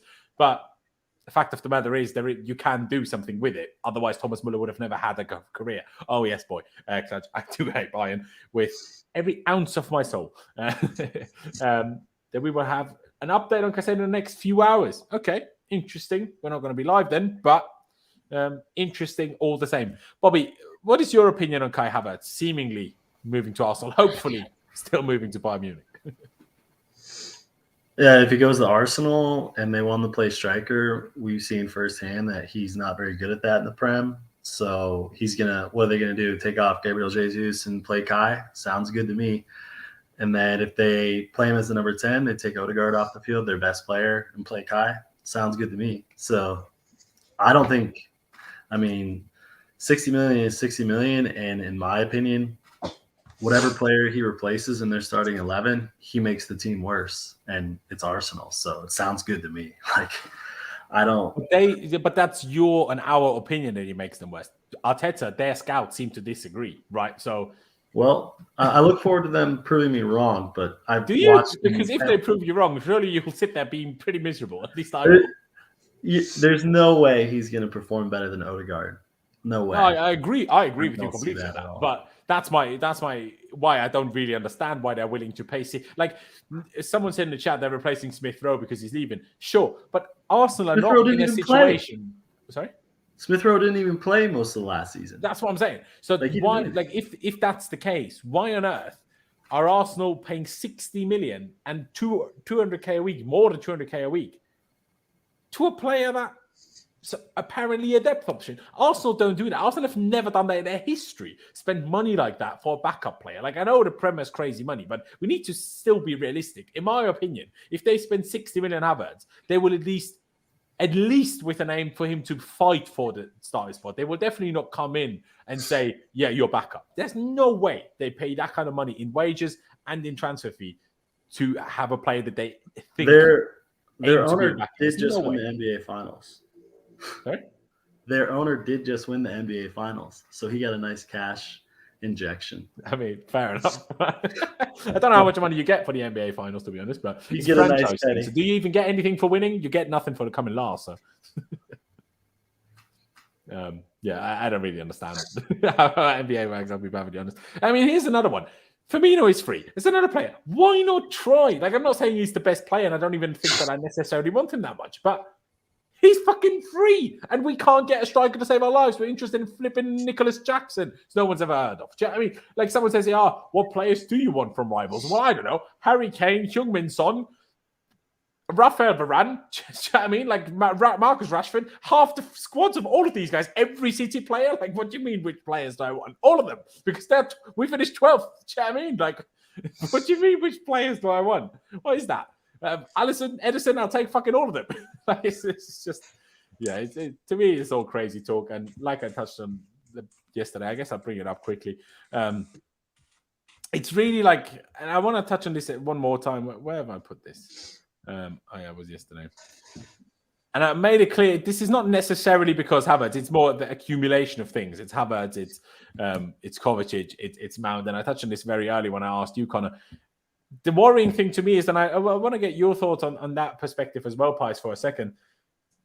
As much as you might want a lot of these players to leave, isn't it a bit worrying still that so many players want to leave?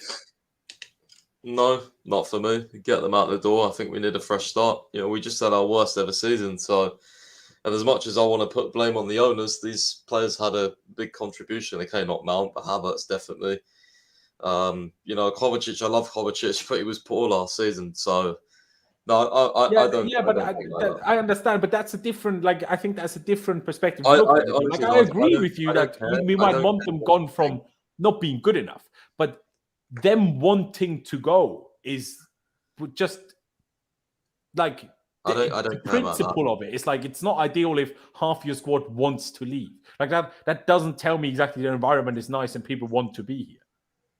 You know? No, I don't think like that personally. Fair enough. I mean, on the one hand, I think that's on the one hand, it makes me think, Pice is so naive. On the other hand, I'm like, I wish I could think like Pice. Because it's worrying, and for me. And also the other thing, and I mentioned that yesterday in our group chat, which is just really irks me, and I know most people agree with this, but yes, we're doing the squad clearing, and a lot of people are like, oh yeah, first we want the squad clearing, and then as soon as it's coming, we're all complaining. Sure, but my issue is that we're doing a squad clear out, but we need to get rid of 10, 15 players. But we're starting with the best ones, not the worst, not the best ones, but the best of the ones that are leaving, not the worst ones. Where I'm like, you're doing it all wrong because you're losing Mount, you're losing Havertz, you're losing Kovacic, you've lost Kante, you've lost Jorginho 6 months ago. So you've lost all your starters before you've got any replacements, meaning we are much more physically and viably and visibly desperate when trying to sign other players. Now, of course, Inter are going to tell us, oh, yeah, you need some players? All right, 80 million for Onana. Do you know what I mean? We forced that. And we did the same stupid thing under Marina and Roman all the time, where we started to try buy players, but we were so desperate for new players that they all fleeced us. And now we're doing the whole same thing over again. And I understand that the better players and the more value players AMS Hub, yeah, but he started every game. That's the point. We need to replace him as a starter, not replace Ziyech, who was on the bench 90% of the time. Not replace Loftus-Cheek, who was on the bench most of the time. Not replace bench players first. Then you have a squad that's a bit smaller. You've added a bit of funds. Then sign players and then sell the starters because it's just a negative cycle that has no positive end to it. If you get rid of your starters before you sell replacements, because that means you sell your starters for less, and that means you buy your replacements for more, and that is the worst way around to do it. It's just dreadful for me, and it's just. We had Ruben look like it was nearly sewn up, and then even that fell through. We don't even look like we're actually capable of selling anyone. I mean, give me one name, Pice, who actually looks likely of going to a specific place right now, other than Kovacic. Kovacic is the only one. Yeah, Kante's left. Okay, because he had no contract left. But all the others that still have a contract. Ruben, no one knows where he's going now. Chalobah, no one knows where he's going now. Koulibaly, no one knows where he's going now. Pulisic, no one has any idea where he's going. Yeah, Serie A clubs are linked to him. First it was Juve, then it was AC. But there's nothing serious anywhere going on. Ziyech, we've not even heard anything since he was in bloody Paris about where he could go. The only thing I read is that Ajax don't want him anymore since he's best mates with drug dealer Quincy Promes. We don't even seem capable of selling any players, except the big ones. So we will get rid of Havertz and Mount, but still sit here with Gallagher and Loftus-Cheek, who I love, sure, but still.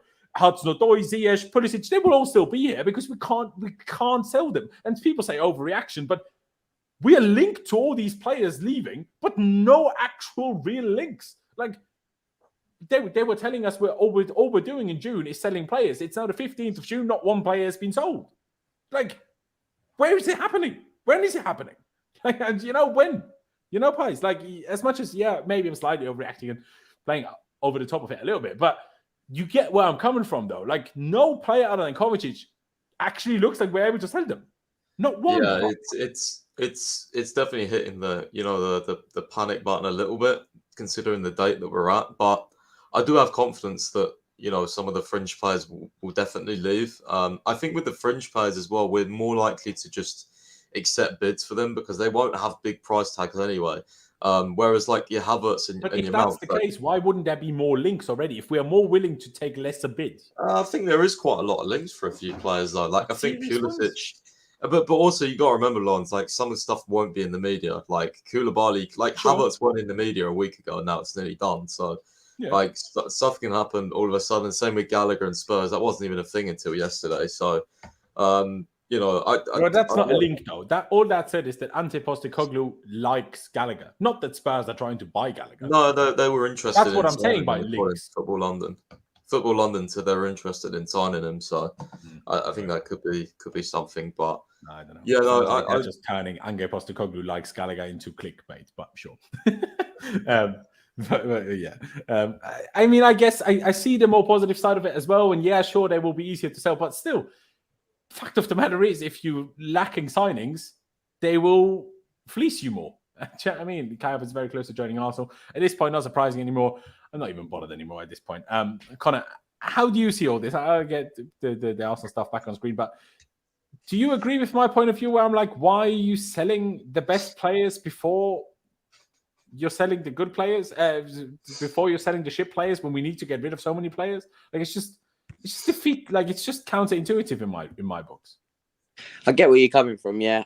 But I think the thoughts of the board will be, we need to make a certain amount of money up by a certain point so that we can dive into the market before we lose targets. So like someone like Caicedo, for example, the board, it might not seem like it, but they probably want to move quite quickly for him, especially now that Rice and people are out. So if we haven't tied up deals already for Loftus-Cheek, which has obviously fell through because of the Maldini, like the things with AC, who else we got? Like Gallagher, that could take time. Mount, we're holding out on, but then even the smaller players, Pulisic, Ziyech, these players, I think someone like Havertz, they're probably just thinking if we can get a quick 60 million, we can advance our making steps with Caicedo, and that could happen a bit quicker.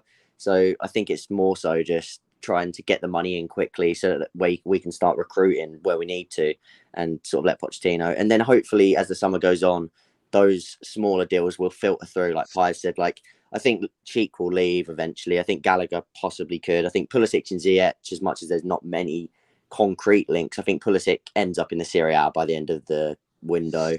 Ziyech will end up somewhere, I think. Like these sort of players like Koulibaly, possibly Lukaku, I think they'll all slowly filter out. But I do get where you're coming from. Obviously, I'm just saying that, and while I probably sit here and say I think that too, but I thought that for God knows how many years that Aspie would leave, that Ziyech would leave, that all of these players would leave, and they never have.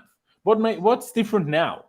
Do you know what I mean? Like, yeah, sure, we don't have Marina anymore, so we're a bit more willing to cut losses, I guess. But yeah, I think this is probably going to be the window where we see more than ever that we're willing to completely just cut, like you said, cut losses and just get rid of players. Like I think Pulisic will leave 20 or lower, players like that. But can I just say quickly, I found it very interesting. Just I can't remember who quote. I think Alex Goldberg quoted it. You know how like when Arsenal first came to us for Havertz, we were like 70 to 75 million. That's what Fabrizio said. We very quickly, like Fabrizio, very quickly after that said, you know, sources believe that we're willing to be flexible on that. Whereas we've not been that so far on Mount. But that just goes to show, like, we can be very quickly flexible on price tags if we choose to.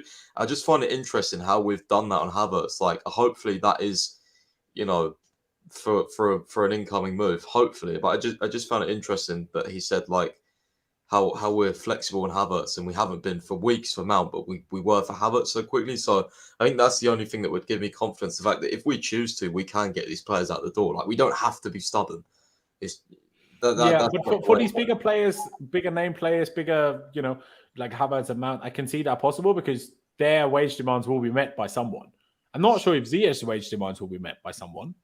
So that's when it becomes more difficult to not only is it about us accepting lesser fees, it's about these players accepting lesser wages, which I can't be sure about. But if they're so unhappy, they'll leave. They'll accept wage. They might be preferred to be unhappy while being paid more. Do you know what I mean? Well, you know, how many players have done that in the past? Countless in all football, and Chelsea all the same. Do you know what I mean? I think Chelsea have a pretty good indication, though. I think Chelsea have a pretty good indication on who that would be, and they should know not to let that happen, especially with a new coach. I mean, I agree, but yeah, just quickly on the Declan Rice stuff because there have been a few different reports, I suppose. Where's the first one? First, Telefootball, so the Telegraph. I'm not sure. Was it Matt Law or was it like Bart and whoever else it was? Or was Matt Law also part of it that said this place? No, Matt Law wasn't a part of this. It was a few others from the Telegraph. There you go. Well, they said Chelsea remain in contention for Declan Rice, having asked West Ham to wait as they try to move players on before buying. But now from Fabrizio, I think it was in this video because you just posted it, Pies, didn't you, a minute ago, that Chelsea do not have any intention to enter the Declan Rice race. make of that what you will, I guess. But yeah, otherwise, Bobby, much of a thought on my little rant here. Where do you sit on all this in terms of order of selling players, being concerned about which players we are selling and stuff? Like, how do you see it? I'm not too concerned yet. It's still pretty early. A lot of players are on international duty. How early is it when you consider that in just over 2 weeks' time, preseason starts? Well, the international window hasn't even opened yet. No, it's true, but at the same time, if we turn up a preseason with 35 players, none of us will be happy either. Well, they need to make some actual decisions and say, "Don't bother coming." Just tell them. Be flat I honest. agree, but will they though? Do you know what I mean? I hope so. I guarantee they will sit there and say, "Oh yeah, everyone gets a chance." Except fucking Gilmore. Stupid. They had to learn some lessons from last year. I mean, the preseason. Of course they haven't. They're morons. Have we not learned that yet? That's a bunch of them. No, it's not. No, actually, I disagree. Bowley and Iqbali might have learned. The problem is they hired Winstanley and all these other lot who are equally, if not bigger, morons. So we do seem to be moving slower since Winstanley came in. I just feel like it's rumor, no action. It is tiring. I haven't even. Well, apparently, Havertz is now action, but brilliant. I hope so. Yeah, but I mean, I know. But I know. So good. So good. Let me bring up another one, a bit of positive news. Andre Santos has finally, a US visa, which is not the part that it will allow him to take part in pre-season, but he has also been granted his UK visa as far as we know, right, Pies? No, I think it's just his US one. What other people are talking about? Who cares? I mean, I guess he needs to be part of pre-season as well. But surely could have just come on out. I'm pretty sure it's his US one for the pre-season because I put UK considering because I thought it was just UK, but apparently it's just the US one. I'm not quite sure on his UK one. Yeah, fair enough. I mean, okay. So now this isn't even positive news. Fantastic. I mean, it is, but not as positive as I thought it was. Do you know what I mean? What else is there? Is there another thing? Let me just. I guess we can quickly go through your roundup of yesterday, which was ginormous anyway. For a few smaller bits, the Athletic said that we actually considered bringing Tammy Abraham back, but then he did his ACL, so now that's not happening. I feel bad because I'm almost happy that he did his ACL because that would have been a stinker. Osimhen, Vlahovic, Højlund, Lautaro Martinez, sure. Will any of those happen? Let's wait and see. In midfield, we kind of covered most of this, I think. I mean, Kante's buying a football club. Not that matters much. Kai Havertz, we kind of covered that in detail already. And yeah, there's that Al-Ittihad pulled out of the Romelu Lukaku race due to Lukaku's salary expectations. I've never heard anything more ridiculous in my whole life, quite frankly. But yeah, let's finish it off then with this little, the one guy that's actually staying, and like Mount and all these other lot. Reece James putting in the work, but also, is it just me? He looks a lot slimmer than he did the last time we saw him play. Like, do you agree, Pies? Yeah. Maybe a lot is over exaggerating, but slimmer. Yeah, no. I think his shoulders, I don't know. I just think it's more the legs, especially the way I'm like. Yeah, I'm not quite sure to be honest. I don't. He does look a lot lighter. I've never bought this whole Reece James is Oh no, I didn't mean it as overweight in the slightest, but almost too muscly for his own good. No, sometimes. Yeah, no. I don't know. It's hard to tell. I think it's better looking when you have a picture of him with a kit on. I think actually because if you look back at what season was it? Was it 2020 or something? There's a picture of him when he scored against Burnley away in that dark blacky green kit we had. Yeah. I can't remember what season that was. Under Tuchel, wasn't it? And yeah, he looked really slim in that. And then there's a picture where it was this season, and he does look a lot more muscly, a lot bigger, more built. So yeah, no, he definitely does need to get back to that sort of build that he did have. I think it would help him a lot more. And the reason why I'm so positive about this now is because he's finally got proper competition this season. Even if Leon fans apparently don't rate Malagusta, according to Felix's he's going to have someone pushing him. So he's going to have another young, hungry fullback who wants to get in that team. So I think this is only good news for us. This is why I wanted Gusto so much, because I was like, if we get just I don't know, an older right back or someone less inspiring with less potential, it's we all know Reece James is going to start, but now Reece James drops a stinker. We have someone that could play. So yeah. I still would, and I'm not saying this necessarily will happen, but I still wouldn't at all be surprised if Reece James ends up playing another position than right back for us permanently at some point down the line. I'm not sure if it's going to be 6, 8, whatever in midfield that might be. But sometimes I do still feel the guy's way too good to be at right back, especially in the back four. Wing back's a bit different because then you're a bit more influential. But as a flat out right back, even you can see with Trent at Liverpool now, played in midfield a few more times. And look, Reece is obviously much better than Trent defensively, but I still think the man has so much ability. You almost waste at a right back. So we'll see about that one, especially if Gusto develops the way we hope he does. That would be even better, I suppose, from that perspective. Connor, you said he does look slimmer. Do you see that as a positive? I just think when you have this many muscle injuries, just purely bulking muscle over muscle isn't the best fit to do, in my opinion. But I'm no expert either. So yeah, I just think he looks a lot lighter. Like you said, I think Paz is right. I think when these sort of pictures, they can be deceiving sometimes. If you see him in a kit, he might not look any different than he did.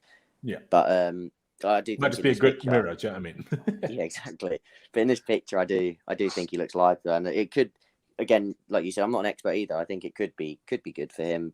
Like a lot of muscle injuries, anything that keeps him fit, whatever it is that the medical team suggests, is just same with when they were saying about his surgery and things. I just do whatever it takes to. And your stamina is most certainly going to be better if you're carrying less weight around. Like that's just fact. Of course. That's not a debatable thing. Bobby, do you agree that he looks slimmer, or do you reckon it's more a case of the picture? I mean, I think it's more of a picture than anything, but I hope that he's just approaching the offseason differently, because obviously he needs to do something to keep his legs fit. And if he does, he's, the best right back in the world. But if he keeps going down the road that he has been the past year and a half, it could be a career-ending mid-20s. Yeah. No, God, I might have some sponsorship news in a minute. I'm just checking it. All right, you take that minute. We will extend the stream for a minute then to see if we do have. All right, give me a few minutes. I'll give you a few minutes then. So now we need to make up something to talk about. Ladies and gentlemen, any questions while we wait for Pice to may or may not have any news? Someone please ask. I got a question. Lorenz, you coming to the U.S. preseason tour this year? Ask the question again, sorry. Are you coming to the U.S. preseason tour this year? And probably not, unfortunately, especially because I'm going to spend half of the U.S. preseason tour in Croatia on holiday. But yeah, exactly. But I hope it's going to go well. Are you going to go to any games, mate? I think I'm going to try and go to Atlanta. And which game is that? I can't even remember. It might be Newcastle. It might be. I told you I'm moving to the East Coast, so yeah, I'm going to try Atlanta. I went to Vegas last year. Yeah, that would be great. I mean, I've done preseason when they come to Austria for preseason. Otherwise, I'm like obviously, if you live there, then you should go there. But following the team for preseason, I find a bit of a waste of money almost, because I'm like, well, the players don't even care. Look at our preseason games last year. I mean, hopefully preseason is going to be a bit better this year. But yeah, I don't know about that one. But yeah, it's a tricky one. The ticket prices are stupid though, and to be honest, I think that for many different things, that ticket prices are outrageous. But I mean, Champions League game tickets and stuff at the bridge are expensive, right? But when a preseason game costs like double that, 3 times that, you're just like, what? No, Carlito, we won't free you. The bill that apparently saying Caciedo wants to go to Bayern because he wants to stay in England. I won't go to Bayern because he wants to stay in England. Well, all the best to him then. Coming to us, hopefully.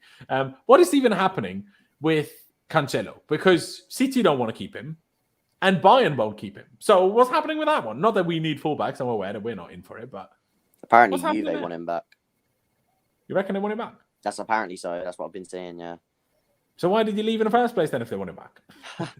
He is really... He's just lost out on being part of the treble. Brilliant. Great job, mate. Yeah, he's the first person to win the Premier League and the Bundesliga in the same year, though, isn't he? Gets the medal for both. Well, yeah, fair play. I mean, he didn't do much for either of them because he was dreadful at Bayern. But sure. But yeah, there you go. I like Cancelo, but again, we'd never need to go for him. But I think he's a really good footballer. There you go. Pice has posted some news. So we will go on Pice's Twitter page and see what there is to say.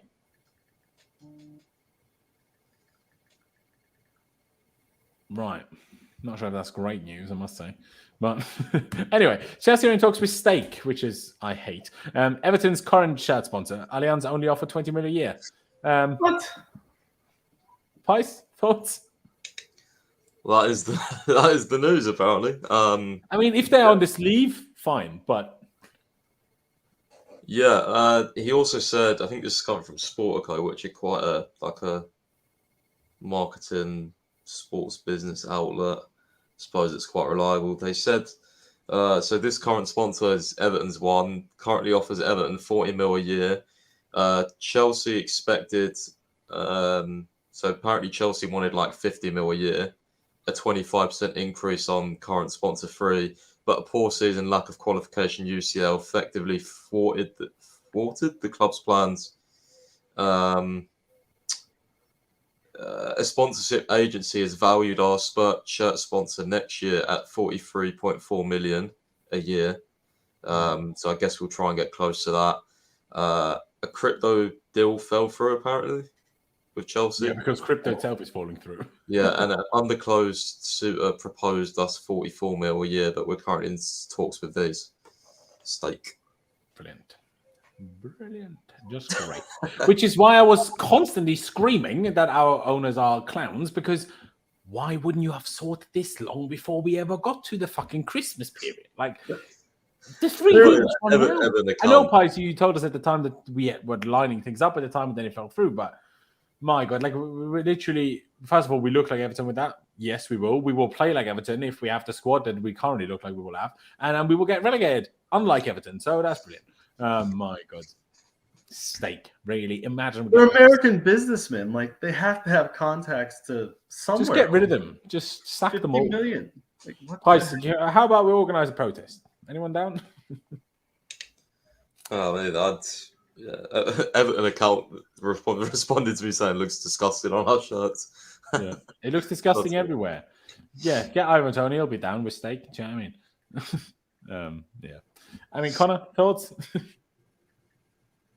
Yeah, I mean, I don't want that. It's just Allianz just looks so nice on the kit leaks that we'd seen and things like that. It'd be a downgrade, obviously. It's more so just for the aesthetic of the kit, not really. But I guess if it's worth more than double, you can see why they're going to do it. But yeah, I don't want it. Yeah, no, me neither, mate. Bobby, I know you were just saying that the American business owners, how can they even fail at this? Mate, what are they not failing at now? Even, like, they spend so much money that we need to sell all the players that some of them even don't want to sell, but we need to recoup money. Now they can't even get us proper sponsors in, which also explains why we need to sell so many players for so much money, because, well, we don't get any sponsorship money, apparently. Oh, it's... what a downer this is. My God, is this miserable. But yeah, Bobby, anything else you want to add? I just, like I was saying, I mean, you're worth billions of dollars, and you have how many friends in the US with how many companies worth billions of dollars, and you can't even like get an offer from one of them, you know, like what the hell are they doing? What are their interpersonal relationships like with these people? Like, yeah, it's not looking good on the sponsor front right now. Hopefully they can turn it around. Which front is it looking good on then? None. So that's great. Brilliant. Can't wait. But yeah, as you can see, because everything is shit. That's what I told the poor guy. But yeah, let's just get this off the screen. Let's finish this one off. Ladies and gentlemen, appreciate you all for tuning in. Don't have much more news to talk about. I mean, hey, maybe it's just one of those downer news that we get better news on tomorrow, the next day. Who knows? But the 3 deal ends in 2 weeks' time, so we don't have a lot of time to sort it out still. So yeah, even better. I was convinced that we already had sponsorship news agreed, but we would just only announce it once the 3-1 finishes. And I thought, yeah, probably Allianz already agreed or whatever. Apparently I was wrong, and I was being too positively optimistic and giving these lot too much of the benefit of the doubt again. Who's surprised? Now we got this new guy in, and he can't do anything positive either. Amazing. What's he called? Jurasak or whatever? I forgot his name, but he was supposed to be for the commercial avenue now. He's not any use either. Brilliant. Fantastic. But yeah, ladies and gentlemen, please do check out Connor's YouTube channel. Link is down in the description. Just click the @ further down below. Click the link to Pice's website, londonsfirst.com, for all your latest news. Maybe at some point we get a more positive update on sponsors. You will see it either on here if we happen to be live again, or Pice's website, or his Twitter, obviously. And please do also check out Bobby. Is not quite as active in the whole scene, but please do check out his Twitter regardless, USA CFC. But yeah, thank you guys for watching. Appreciate you all very, very much. Like I said earlier already, please do subscribe if you haven't already. That'd be massively appreciated on the road to 20,000 subscribers. And do hit that like button for me if you wouldn't mind. Let's get to at least 100. Let's get to 100 likes, but in an ideal world, we get to 150. Just every one of you on your way out, just hit that like button. It doesn't cost you any money or any time, and it really helps me spread these streams out to more people. But yeah, thank you guys for watching. Up to Chelsea, up to onwards, and we'll see you next time.